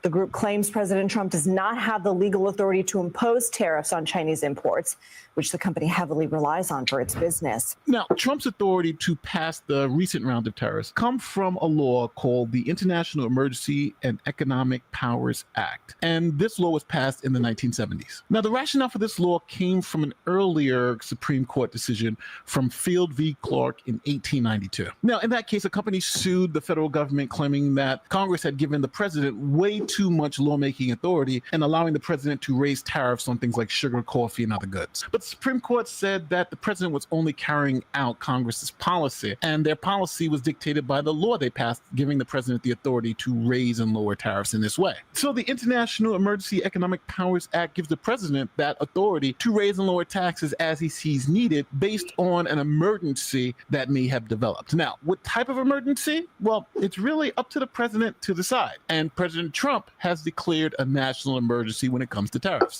In short, chronic trade deficits are no longer merely an economic problem. They're a national emergency that threatens our security and our very way of life. It's a very great threat to our country. And for these reasons, starting tomorrow, the United States. Everybody following along so far on the tariffs, like the beginning? Because I know they're trying to hit me. Do Let me take that down real quick. Go ahead. okay, so do you know how they actually calculated the tariffs? Who is they? Or Trump's team? Do you know how Trump they administration? calculated? Huh? No, I don't know exactly how they calculated. No. Okay, so I sent you a picture in the Oh, group yeah, I seen chat. that. I seen that. You see the equation? That's the equation that they used to determine what their tariffs are, right? This was posted on the government website. On Doge. No, on the government website. So what did Doge show? I don't know. I don't think the tariffs have to do with Doge. Because Doge post everything. Nah, I know. I'm just messing with you. Go ahead. Okay. So here, I've had it explained to me, but I don't. Basically, what they're doing is calculating the trade deficits that they have on with these countries, right? And that's what they're calculating this off of. It isn't based off reciprocal tariffs. It's based off of the fuck. I want to find this video All right, let's go back. that I just explains needed it I just better. needed somebody to talk for that. He did. He did perfect, boy. I swear y'all the most best crew I ever worked with.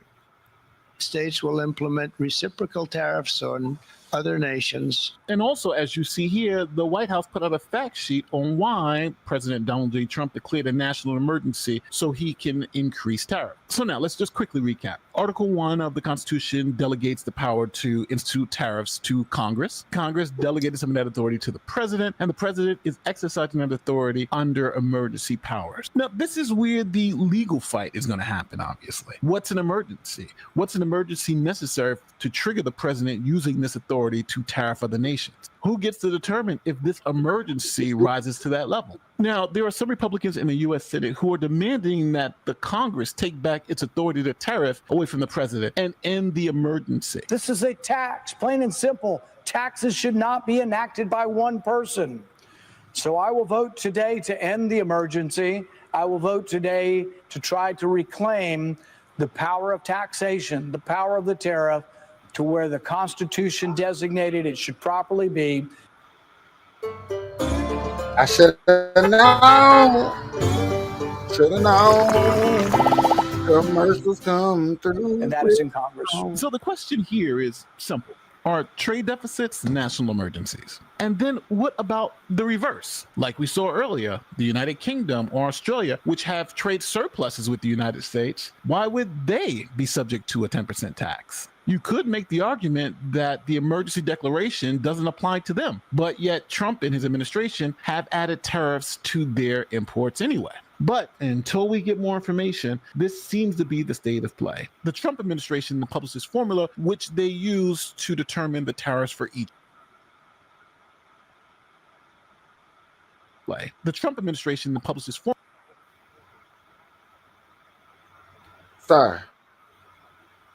Sir, you talking about that formula right there? Yeah, that one right there. Yeah. See, I knew that. I knew we were going. Is he explaining it right now? Yes, he's explaining it. But what he's explaining is, if we consume majority of the world's and what they make, everybody all over the world, you know what I'm saying? We consume majority of everybody's stuff. But yet again, we can't produce nothing out there in no other countries. That seems to be a problem. So if that's going to be a problem, we're going to make a tax bracket, basically, because that's what he showed you a chart.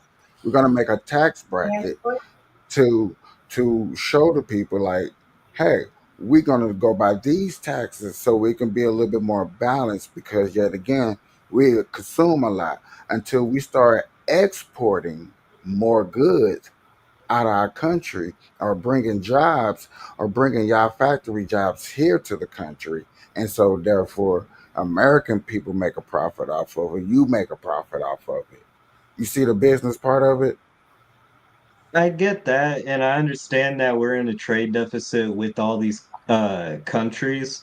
Not Uh-huh. every single one of them, but we're in a trade deficit. I think overall as a country we are in a trade deficit, but I don't think that that necessarily means that it's weakening our country in any type of way, right? But I was just pointing out the fact that they're not reciprocal tariffs. It's a calculation based off of our trade deficit. That's what I was pointing out. They're not really reciprocal. Just because they came up with an equation to start somewhere, to start off somewhere, to this is how, like, you got to start No, off. Go ahead. what I'm saying is they're not reciprocal tariffs because saying that's reciprocal tariffs is implying that they have a percent tariff, like base tariff on our goods. So we're gonna reciprocate that by doing a base tariff on them. Uh, that's what I mean by we're not doing reciprocal tariffs. It's based off of our trade deficit with these countries. But the problem with doing it like that is that you have some countries that are on there that uh are like these really small countries where they're not going to buy our expensive stuff, but we get really important stuff from them, uh like I don't know, fish or something. We get like fish from this country, but they're a poor country. They don't have stuff to buy, like they don't have the money to buy stuff from us, so I they don't get it really buy because, stuff like, from us. how Africa used to be back in the days. Africa used to have a problem with the exporting. When you had to, like Hawaii, for instance, Hawaii has a problem with exporting.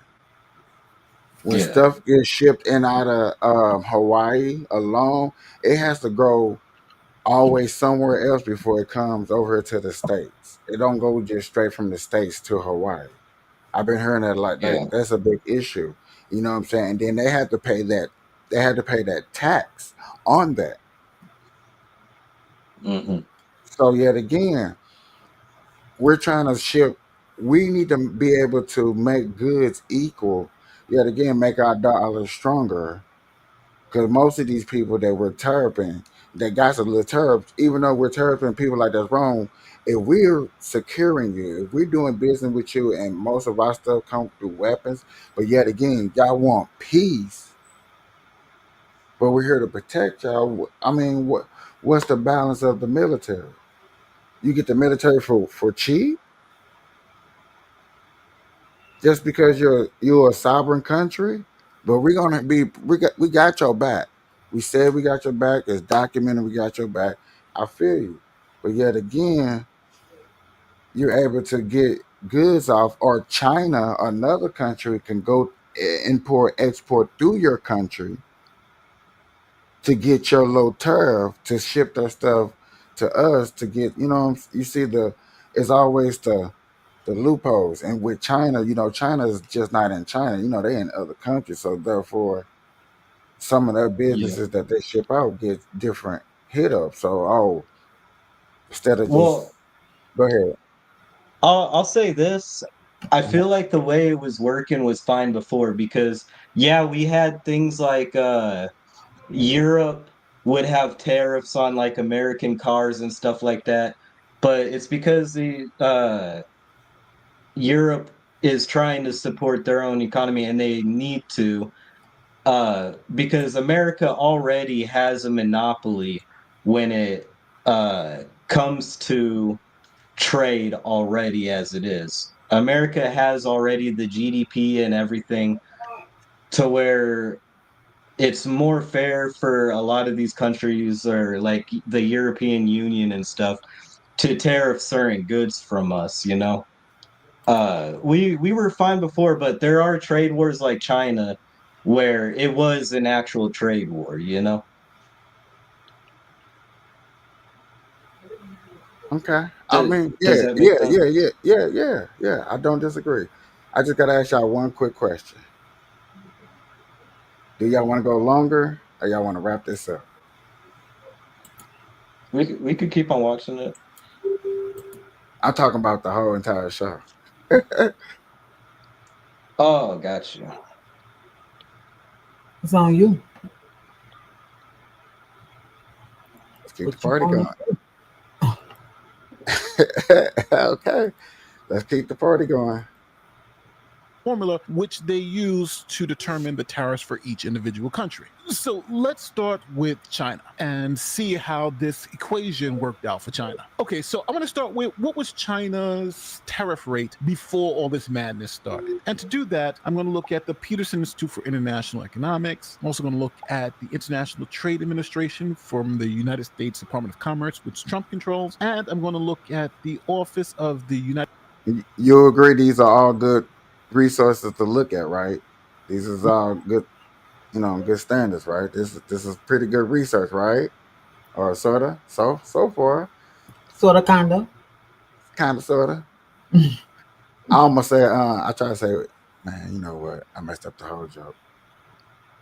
Anaconda? No, not anaconda. Wakanda. What was it? What was Wakanda. Okay, I messed it up. Y'all can just say I messed it up. That's okay. It's all right. I mess up a lot of jokes all the time. Dang, that was bad. United States Trade Representative. Again, this is also an executive office under the control of the president. Now, all these sources claim that China's effective tariffs on all goods are an average of 20 to 23%. So I'll take 22% as the number. So the tariffs on U.S. goods are 22%, cut it in half. So the U.S. should impose an 11% tariff on Chinese goods because remember, President Trump said we're going to charge them half of the tariffs that they impose on us.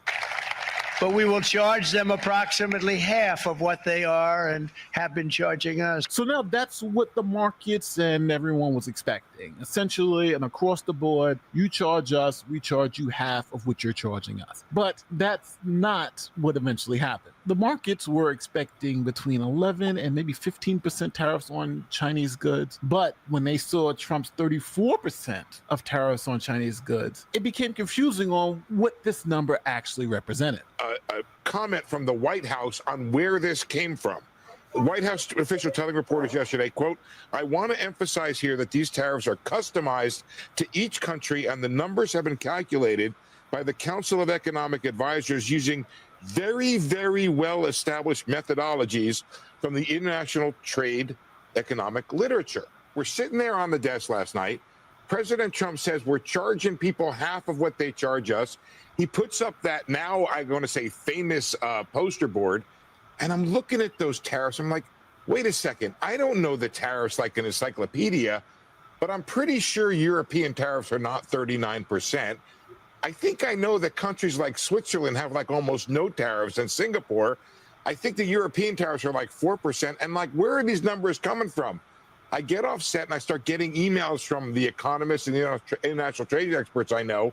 And they're like, what the heck are those numbers? And nobody really understood where those numbers came from. So here is the chart that the president rolled out. And as you can see, it says on one side, the country, China. Then the next column, it says tariffs charged to the U.S., including currency manipulation and trade barriers. And then the next one is the USA discounted reciprocal tariffs. So we're going to charge you half of what you charge us. And China, it has 67%, and half of that is 34%. But the confusion was, how'd you get to this 67% number? Because that's not the number we expected. So here is how the Trump team came to that number. They published this formula from the Office of the United States Trade Representative. So let's break down this formula. First, you have imports from the United States. That's how much we send to them. Then you have exports to the United States, how much they send to us. So down here at the bottom, we have two symbols, epsilon and pi. So what do those symbols mean? Well, first starting with epsilon. Trump team tells us that that was set to 4, and it's the price elasticity of import demand. So we can easily just set that to 4. The next number, pi, is set to 0.25, as it says here, and that's the elasticity of input prices with respect to tariffs. So we change the second symbol to 0.25. Again, the administration is giving us these numbers. Now, we're trying to find that tariff rate. So let's add the numbers together. The Office of the United States Trade Representative actually gives us all the numbers we have to put into the formula. For instance, this imports from the United States. Well, it gives us that number. They were 143.5 billion. Those were U.S. goods exported to China, or China's imports from the United States. So here we go, 143.5 billion. The next number were exports from China to the United States. That number is also given to us, and that's 438.9 billion. We can put that right into our equation. Now it's time to do some simple math. 4 times 0.25, if you just add that together, here's the trusty calculator, and that comes out to a wonderful 1. 1 times 438.9 billion equals commercial. Wait, pause it just really quick. Ready for it. 438. Okay, so you know how it just came out to 1, right? That whole part of the equation doesn't even need to be in the equation in the first place. So because it cancels it out, that whole part of the equation. So when they had done this this math equation to figure it out, it could have just been way simpler by removing that. That part didn't need to be in there, you know? Because every time they're gonna calculate something, that 4 and the pi and all that, it always goes to 1, and when you multiply with it, it's always gonna be that right there, you know?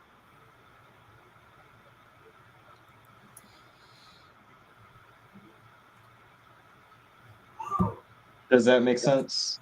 That's a big difference when it comes to import and export. My God.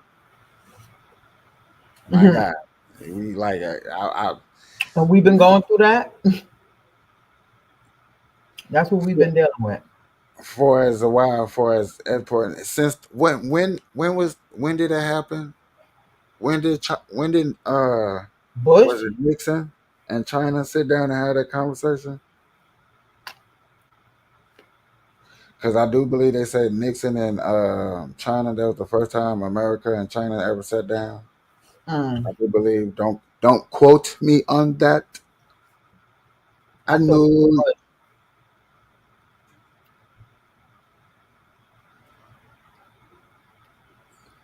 The first yeah, one, the dad. I'm just saying, but we need to make some more money. We need that 1/4 at least look like, put a 3 where the 1 at, put a 1 where the 4 at, and put a 2 where the 3 at. Point and put a 2 where the 5 at, where the 0.5. They got us going out bad. Hey, we need y'all goods that bad. 8.9 billion.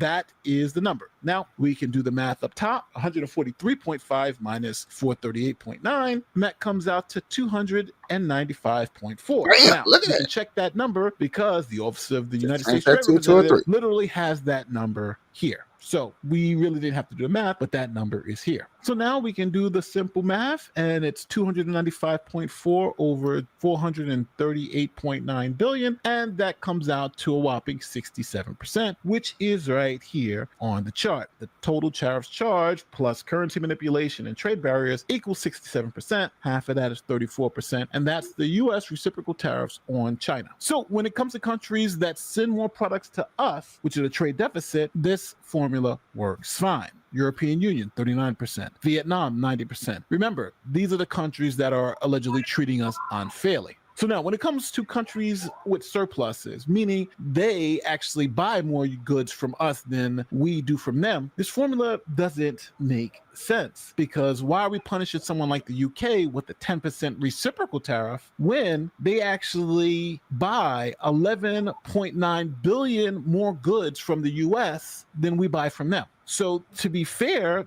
there should be no tariff on the UK because the trade imbalance is in our favor. And it's the same thing for Australia. We actually send more goods to Australia than they send to us, but yet we hit them with the 10% tariff. And then speaking about fairness, what about countries that have no tariffs on goods? Well, for instance, like Singapore. Singapore has no tariffs on any goods, but why would we now charge them 10% reciprocal tariff? How is it reciprocal if they don't charge us tariffs? And then what about a country like Israel that removed all of its trade barriers with the United States, foreseeing that they would be hit with a reciprocal tariff? So they essentially said, we're going to have no tariffs on US goods, so we won't be hit with reciprocal tariffs. But if you look at the chart, they were hit with 17% reciprocal tariffs, even though they literally removes all their tariffs and trade barriers so they wouldn't be hit with tariffs. So at the end of the day, hopefully this video would have helped you understand how these tariffs were devised, how they're implemented, and why economists don't really understand the logic behind how these tariffs were employed globally. Because no matter if you had tariffs, if you didn't have tariffs, if you had a trade imbalance, if you didn't have a trade imbalance, you were hit with a 10% tariff. And if this was about fairness, then even in situations where the US is benefiting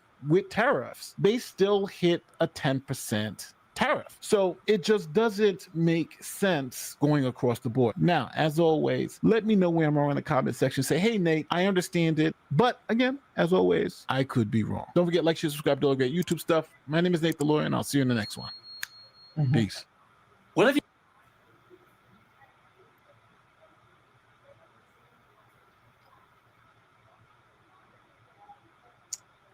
Yeah, man, hit them, bro. Get them tariffs on up. Just raise them a little bit. Nah, just playing. I get what you're saying, like you said in Singapore and stuff like that. But when you trying to build up an economy, you're trying to build an economy. You're trying to build a dollar up worldwide. And then we do know about other countries that are trying to come together to build their own economy against the American dollar. So when I'm just saying, you do gotta look at that. You know what I'm saying? So I think Trump is looking at that like, no matter what another country out there is trying to do for as, building up a dollar or building up another economy out there, I'm gonna build up the American economy stronger than ever to where we don't have to worry about that happening again. Because in my lifetime that I'm understanding, and yet again, don't quote me wrong, you can look this up, whoever's watching, everybody's watching. I think Americans been under threat of other people building their own economy up against us like twice since I've been born. Yeah. The China one was probably the worst. I don't know. I'm so Americanized. I think all of them the worst. Hey, don't come against my dollar. When I go to another country, I need my money to multiply, not subtract. Okay. Yeah. You know how the guy was talking about how we benefit from these countries, but we still slap like 10% tariffs? Yeah. And how do you know why he was doing that? It was the original reason he was saying he wanted to do tariffs. Do you remember that reason? What's the reason, Captain? His tariff theory was to go back to a tariff-based tax system instead of an income tax system. So the government raises their money through tariffs instead of through income tax. That's what his tariff plan was in the beginning, and that's why it was that way. Do that sound good or bad? I mean the tariff based. I mean the income tax system has its problems, but we moved away from the tariff based tax system for a reason. To Because the pay tariff for based. war. Well, we made just as much money with the tariff based tax system. But yet again, people of like every day, you will make more. You will have more money in your pockets to do whatever you want to do in the The long run. American people. Yeah. Because if the government is not depending on the people to pay for their beings, and we don't, yet again, Doge is telling us that all this money is getting spent on wasteful things, that if we the people would, if they would sit down and say, hey, do you want to pay for another country's education that has nothing to do with us, that they actually have their own resource, they have their own language, we're indoctrinating a whole nother agenda, especially agenda that we don't agree with in another country, you probably wouldn't want to pay for that. If there, I guarantee we, if we just sat here and went through that list, we will all will find something that the Doge picked out that, yeah, I do not want to pay for, bro. Like, no, stop. Yeah, I got you. You see what I'm saying? So when I see that and I heard that, like I said, it's another video, but he is longer and stuff like that. I think I'll say that for another time. It I when it was explained to me, just like once upon a time, like our parents, maybe not our parents, but I guaranteed our parents, they didn't get taxed out of their paychecks. They was getting a full paycheck. Whatever their grossed at the job, that's what they was getting. The government wasn't taking nothing out of that check. That stopped in like 1979, if I'm not mistaken. So I think about people that, and I asked my mother, and she like, yeah, once upon a time, yeah, I was getting a full. I was like, oh, oh, so this is true. She's like, yeah, man. Oh my god. Well, that's when Reaganomics kicked in and they started leveling the because rich people used to pay like 70% in income tax and lower wage people paid like 10-15%. Now we're paying like 20% in income tax. And then if you live in a state that has state tax, you're paying federal tax and state tax. So people are paying more in taxes than they used And to with have you? income. And most states nowadays are trying to find ways to get off people paying state taxes. Yeah, Nevada, they do a good job with funding themselves. Like shit, they tax weed, don't they? And weed is popping off out there in Vegas, right? Well, Vegas is a whole nother beast because they do work under lobbyist laws that I definitely 100% disagree upon, Yeah. especially in the Las Vegas Strip area. You know what I'm saying? They do not make it as easy for anybody local to get a dollar because they know that dollar's not really going to somebody local. It's going to somebody who lived here long enough to understand and put their dollars together. You see what I'm saying? Yeah. So they make it extra hard. Where Yeah. I heard states over there like North Carolina, South Carolina, Virginia, all on that coast for as laws, especially in the marijuana laws, they actually got events to help the locals get their license to become growers, to become entrepreneurs, to get their dispensary. They're not doing that out here. Yeah. Yeah, for all you bad guys out there that doing bad, like man, I can find a way to do this legal. Yeah, pack your bags.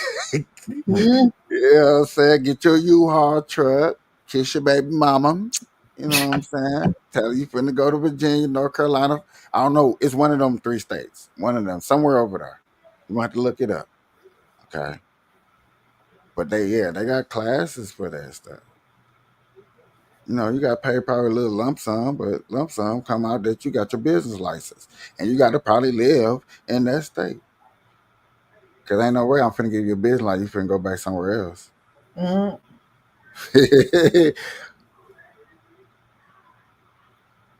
Nevada need to do that.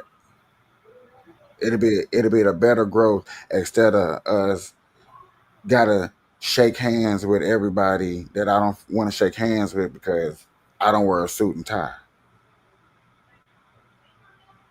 You know how it play out here. If you don't roll the dice, you definitely not shaking hands with nobody. And I don't roll the dice. I'll just stay right here on the podcast, get my viewers up, say hi to everybody, come through.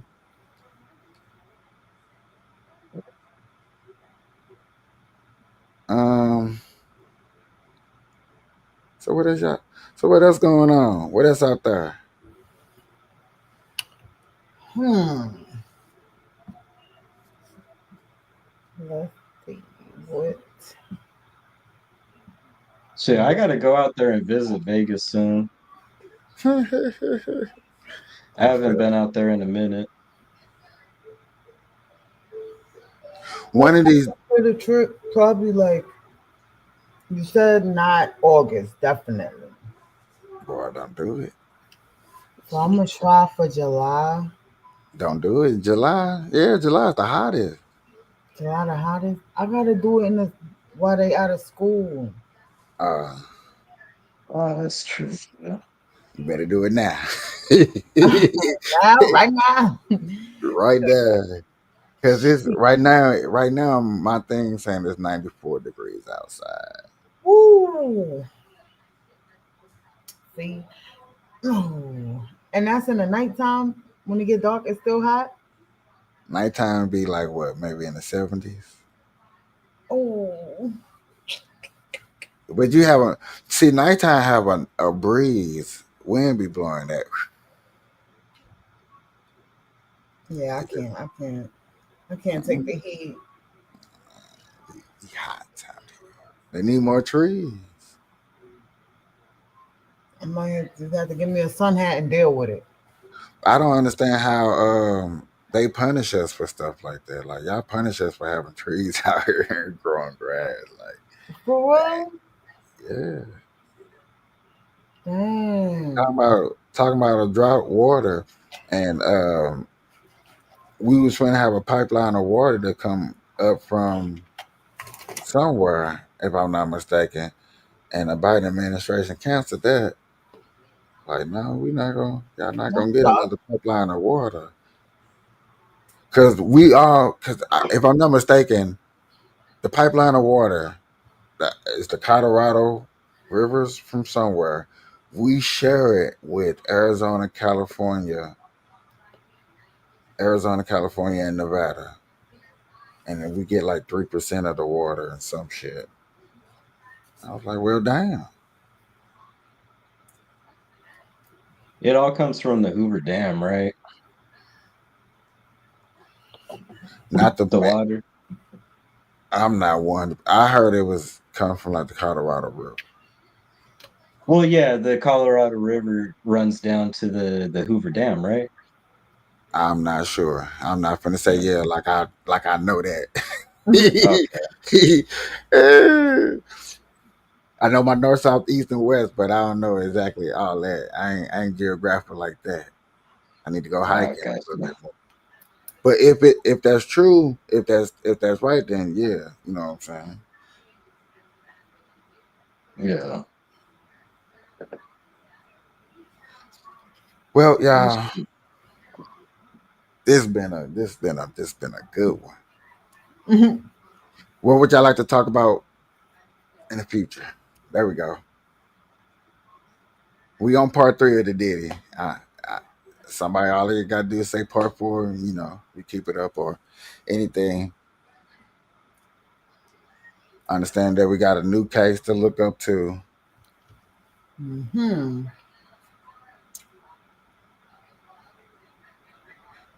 So you guys pay attention to political influencers? I don't. Like Like who? Well, I was gonna ask like what kind of political influencers you pay attention to. I've seen you guys show Tim Pool before.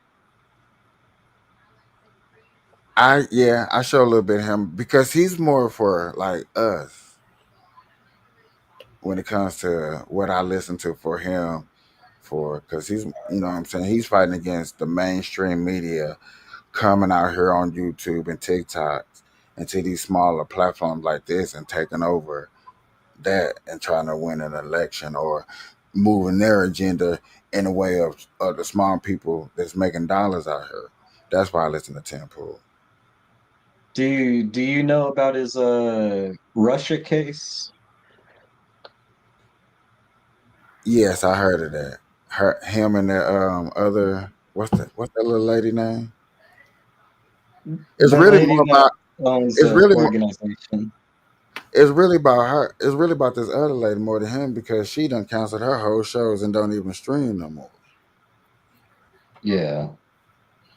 Well, he was paid by that company, but I think that's interesting. I don't know if you want to talk about that, but It I wouldn't know a bother. little bit about that. I don't know too much. I heard a little bit when it was hitting the streams. You know what I'm saying? I paid attention then. I haven't heard too much. Yeah. I just know him and the lady mainstream. He put out his statement about it, got his lawyer teams, and I was waiting to see what happened, and he's still out here. So I was like, well, you know what I'm saying? It must have didn't affect him too much, or he didn't have too much involvement with that case, obviously, because you know what I'm saying? He's still pumping, he's still doing his thing. But I guess that's why Yeah. now he doing his because now he back to doing sponsors. He didn't even have to do sponsors at first. Well, not at first. Yeah. The correlation people make is that he talked a lot about Russian talking points, and he was paid a lot of money by the organization that was being funded by Russia or some organization in Russia.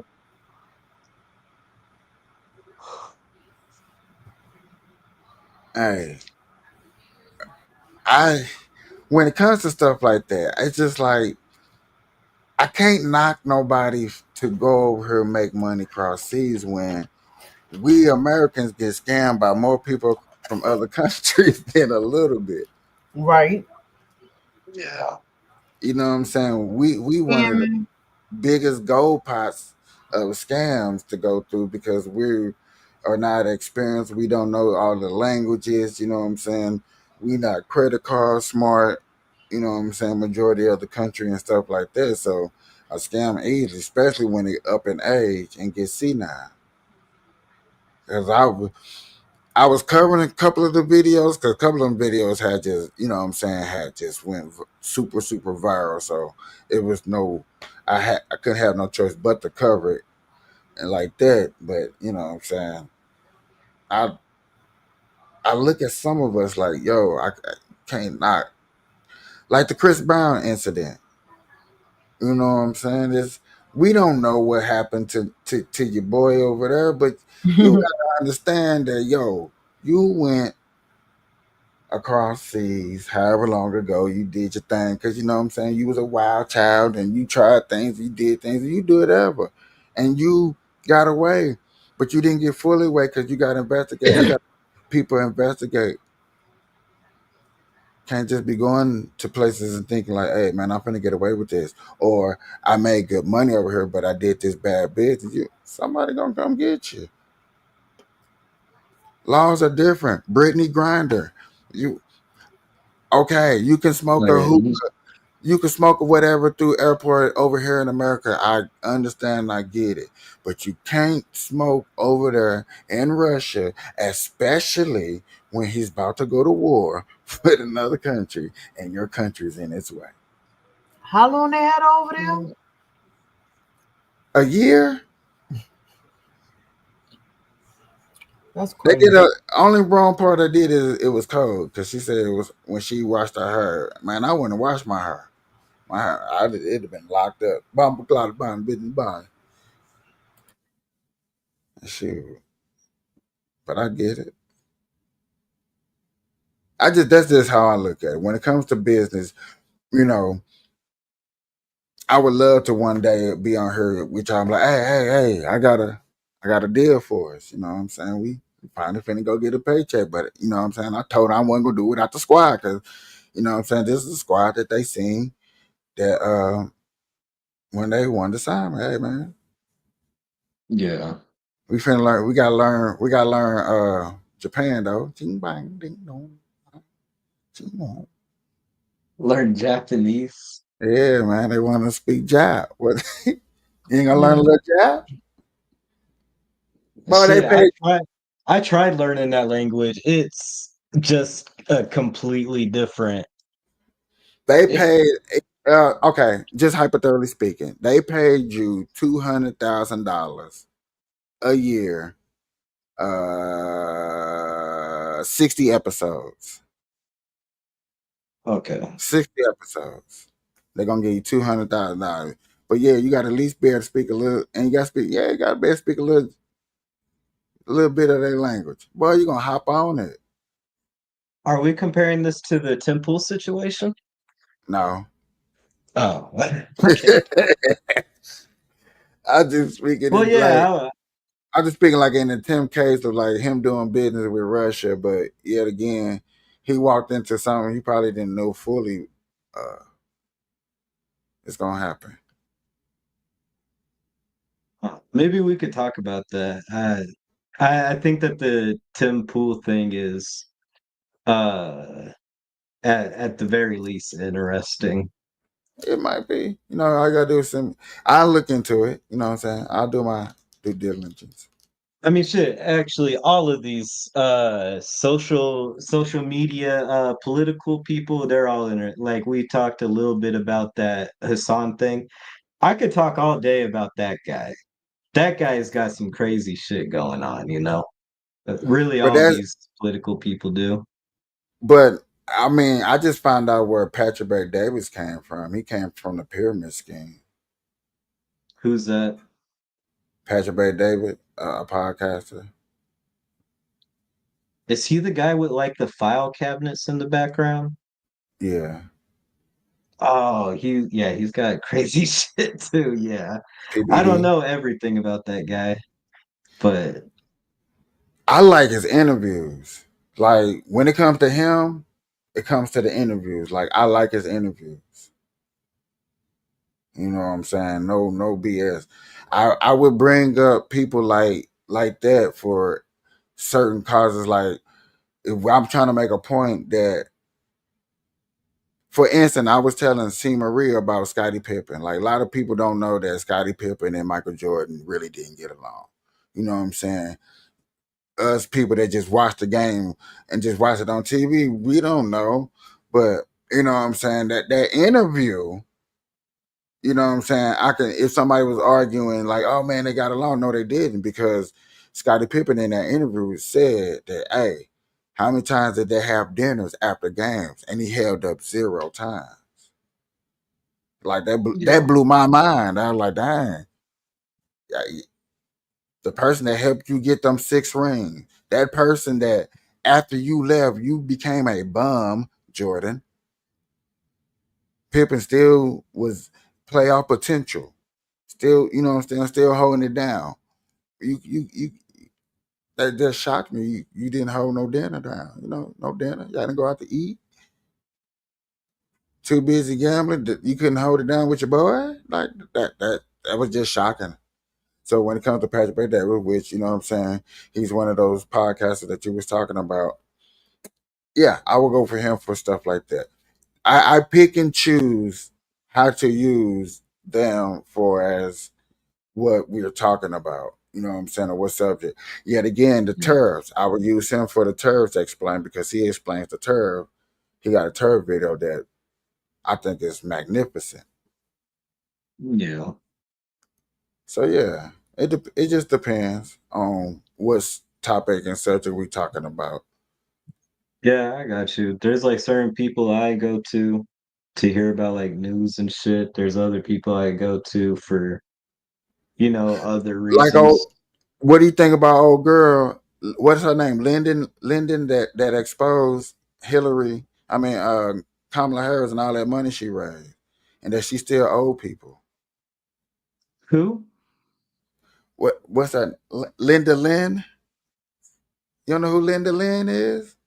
The administration, the fundraiser for the Kamala Harris. Linda Lynn.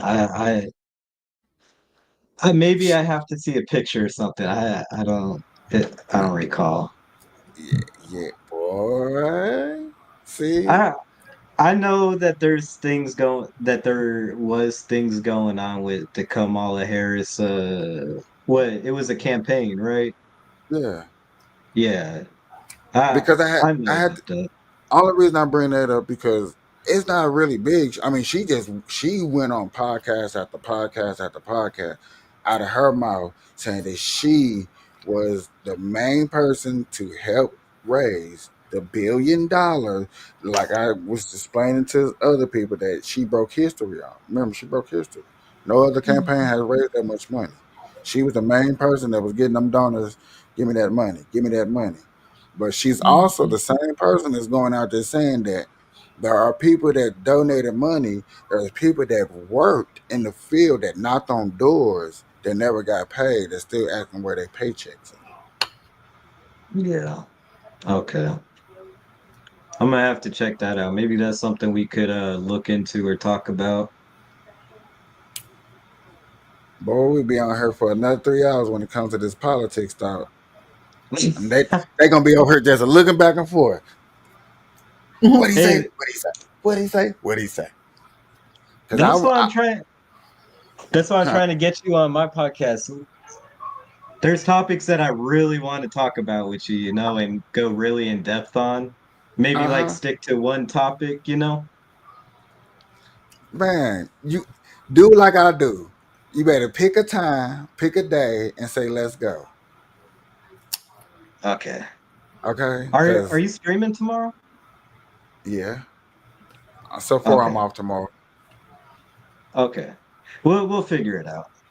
Because think about it. Like I'll be trying to say, we can do one show over here and we do one show over there. And then I can go out there into the TikTok. Oh, y'all, I forgot to invite everybody else. I had two more Oh people shit. to bring up today. I'm so Look at you sorry. slacking.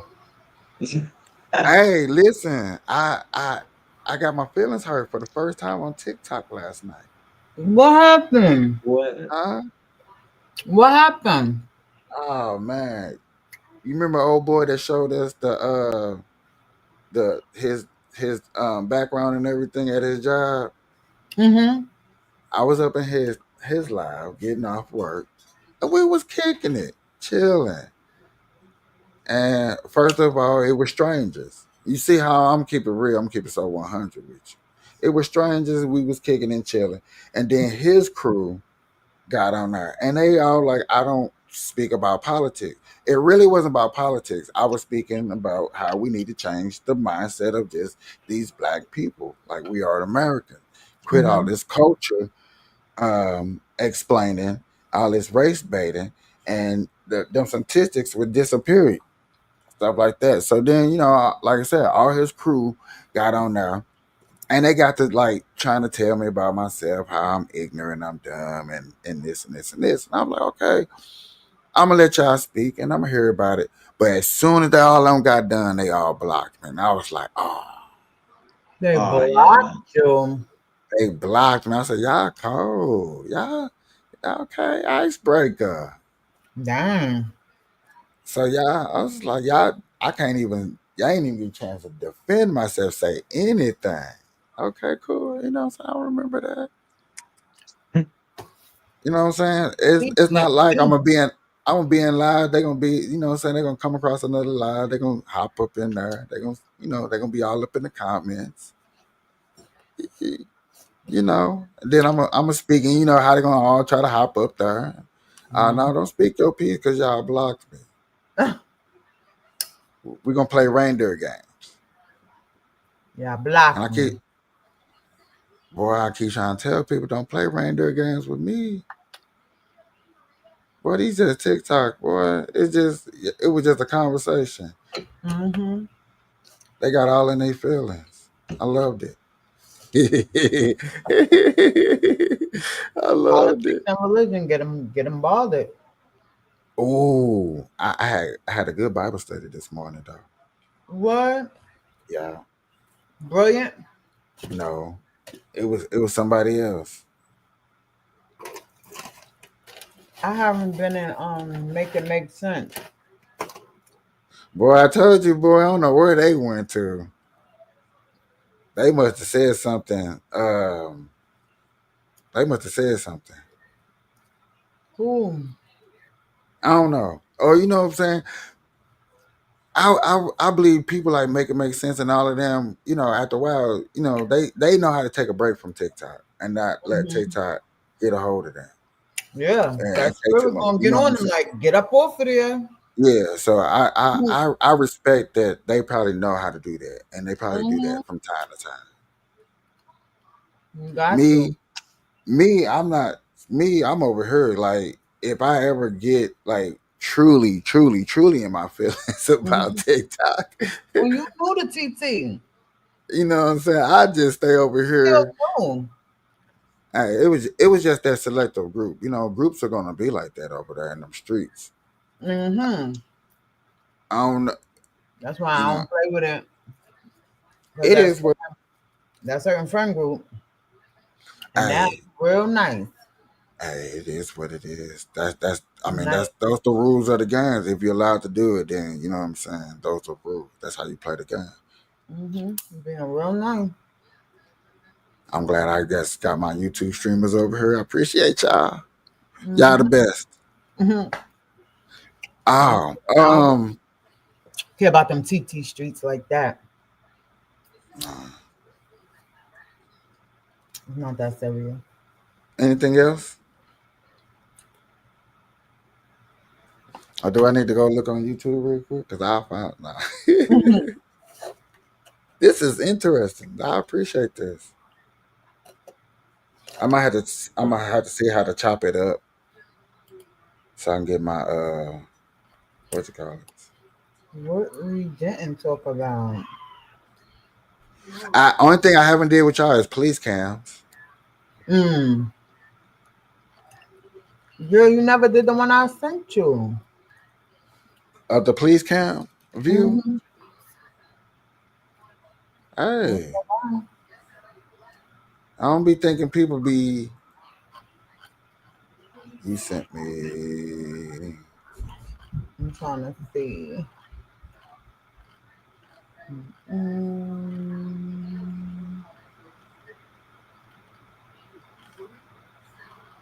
Cause I think when every day we're gonna talk about Diddy, I think we should just give Diddy like 30 minutes. Mm-hmm. Quick 30. Yeah. Cause I mean, it's always gonna be something dropping or we're gonna hear something. So a quick Mm-hmm. 30 minutes and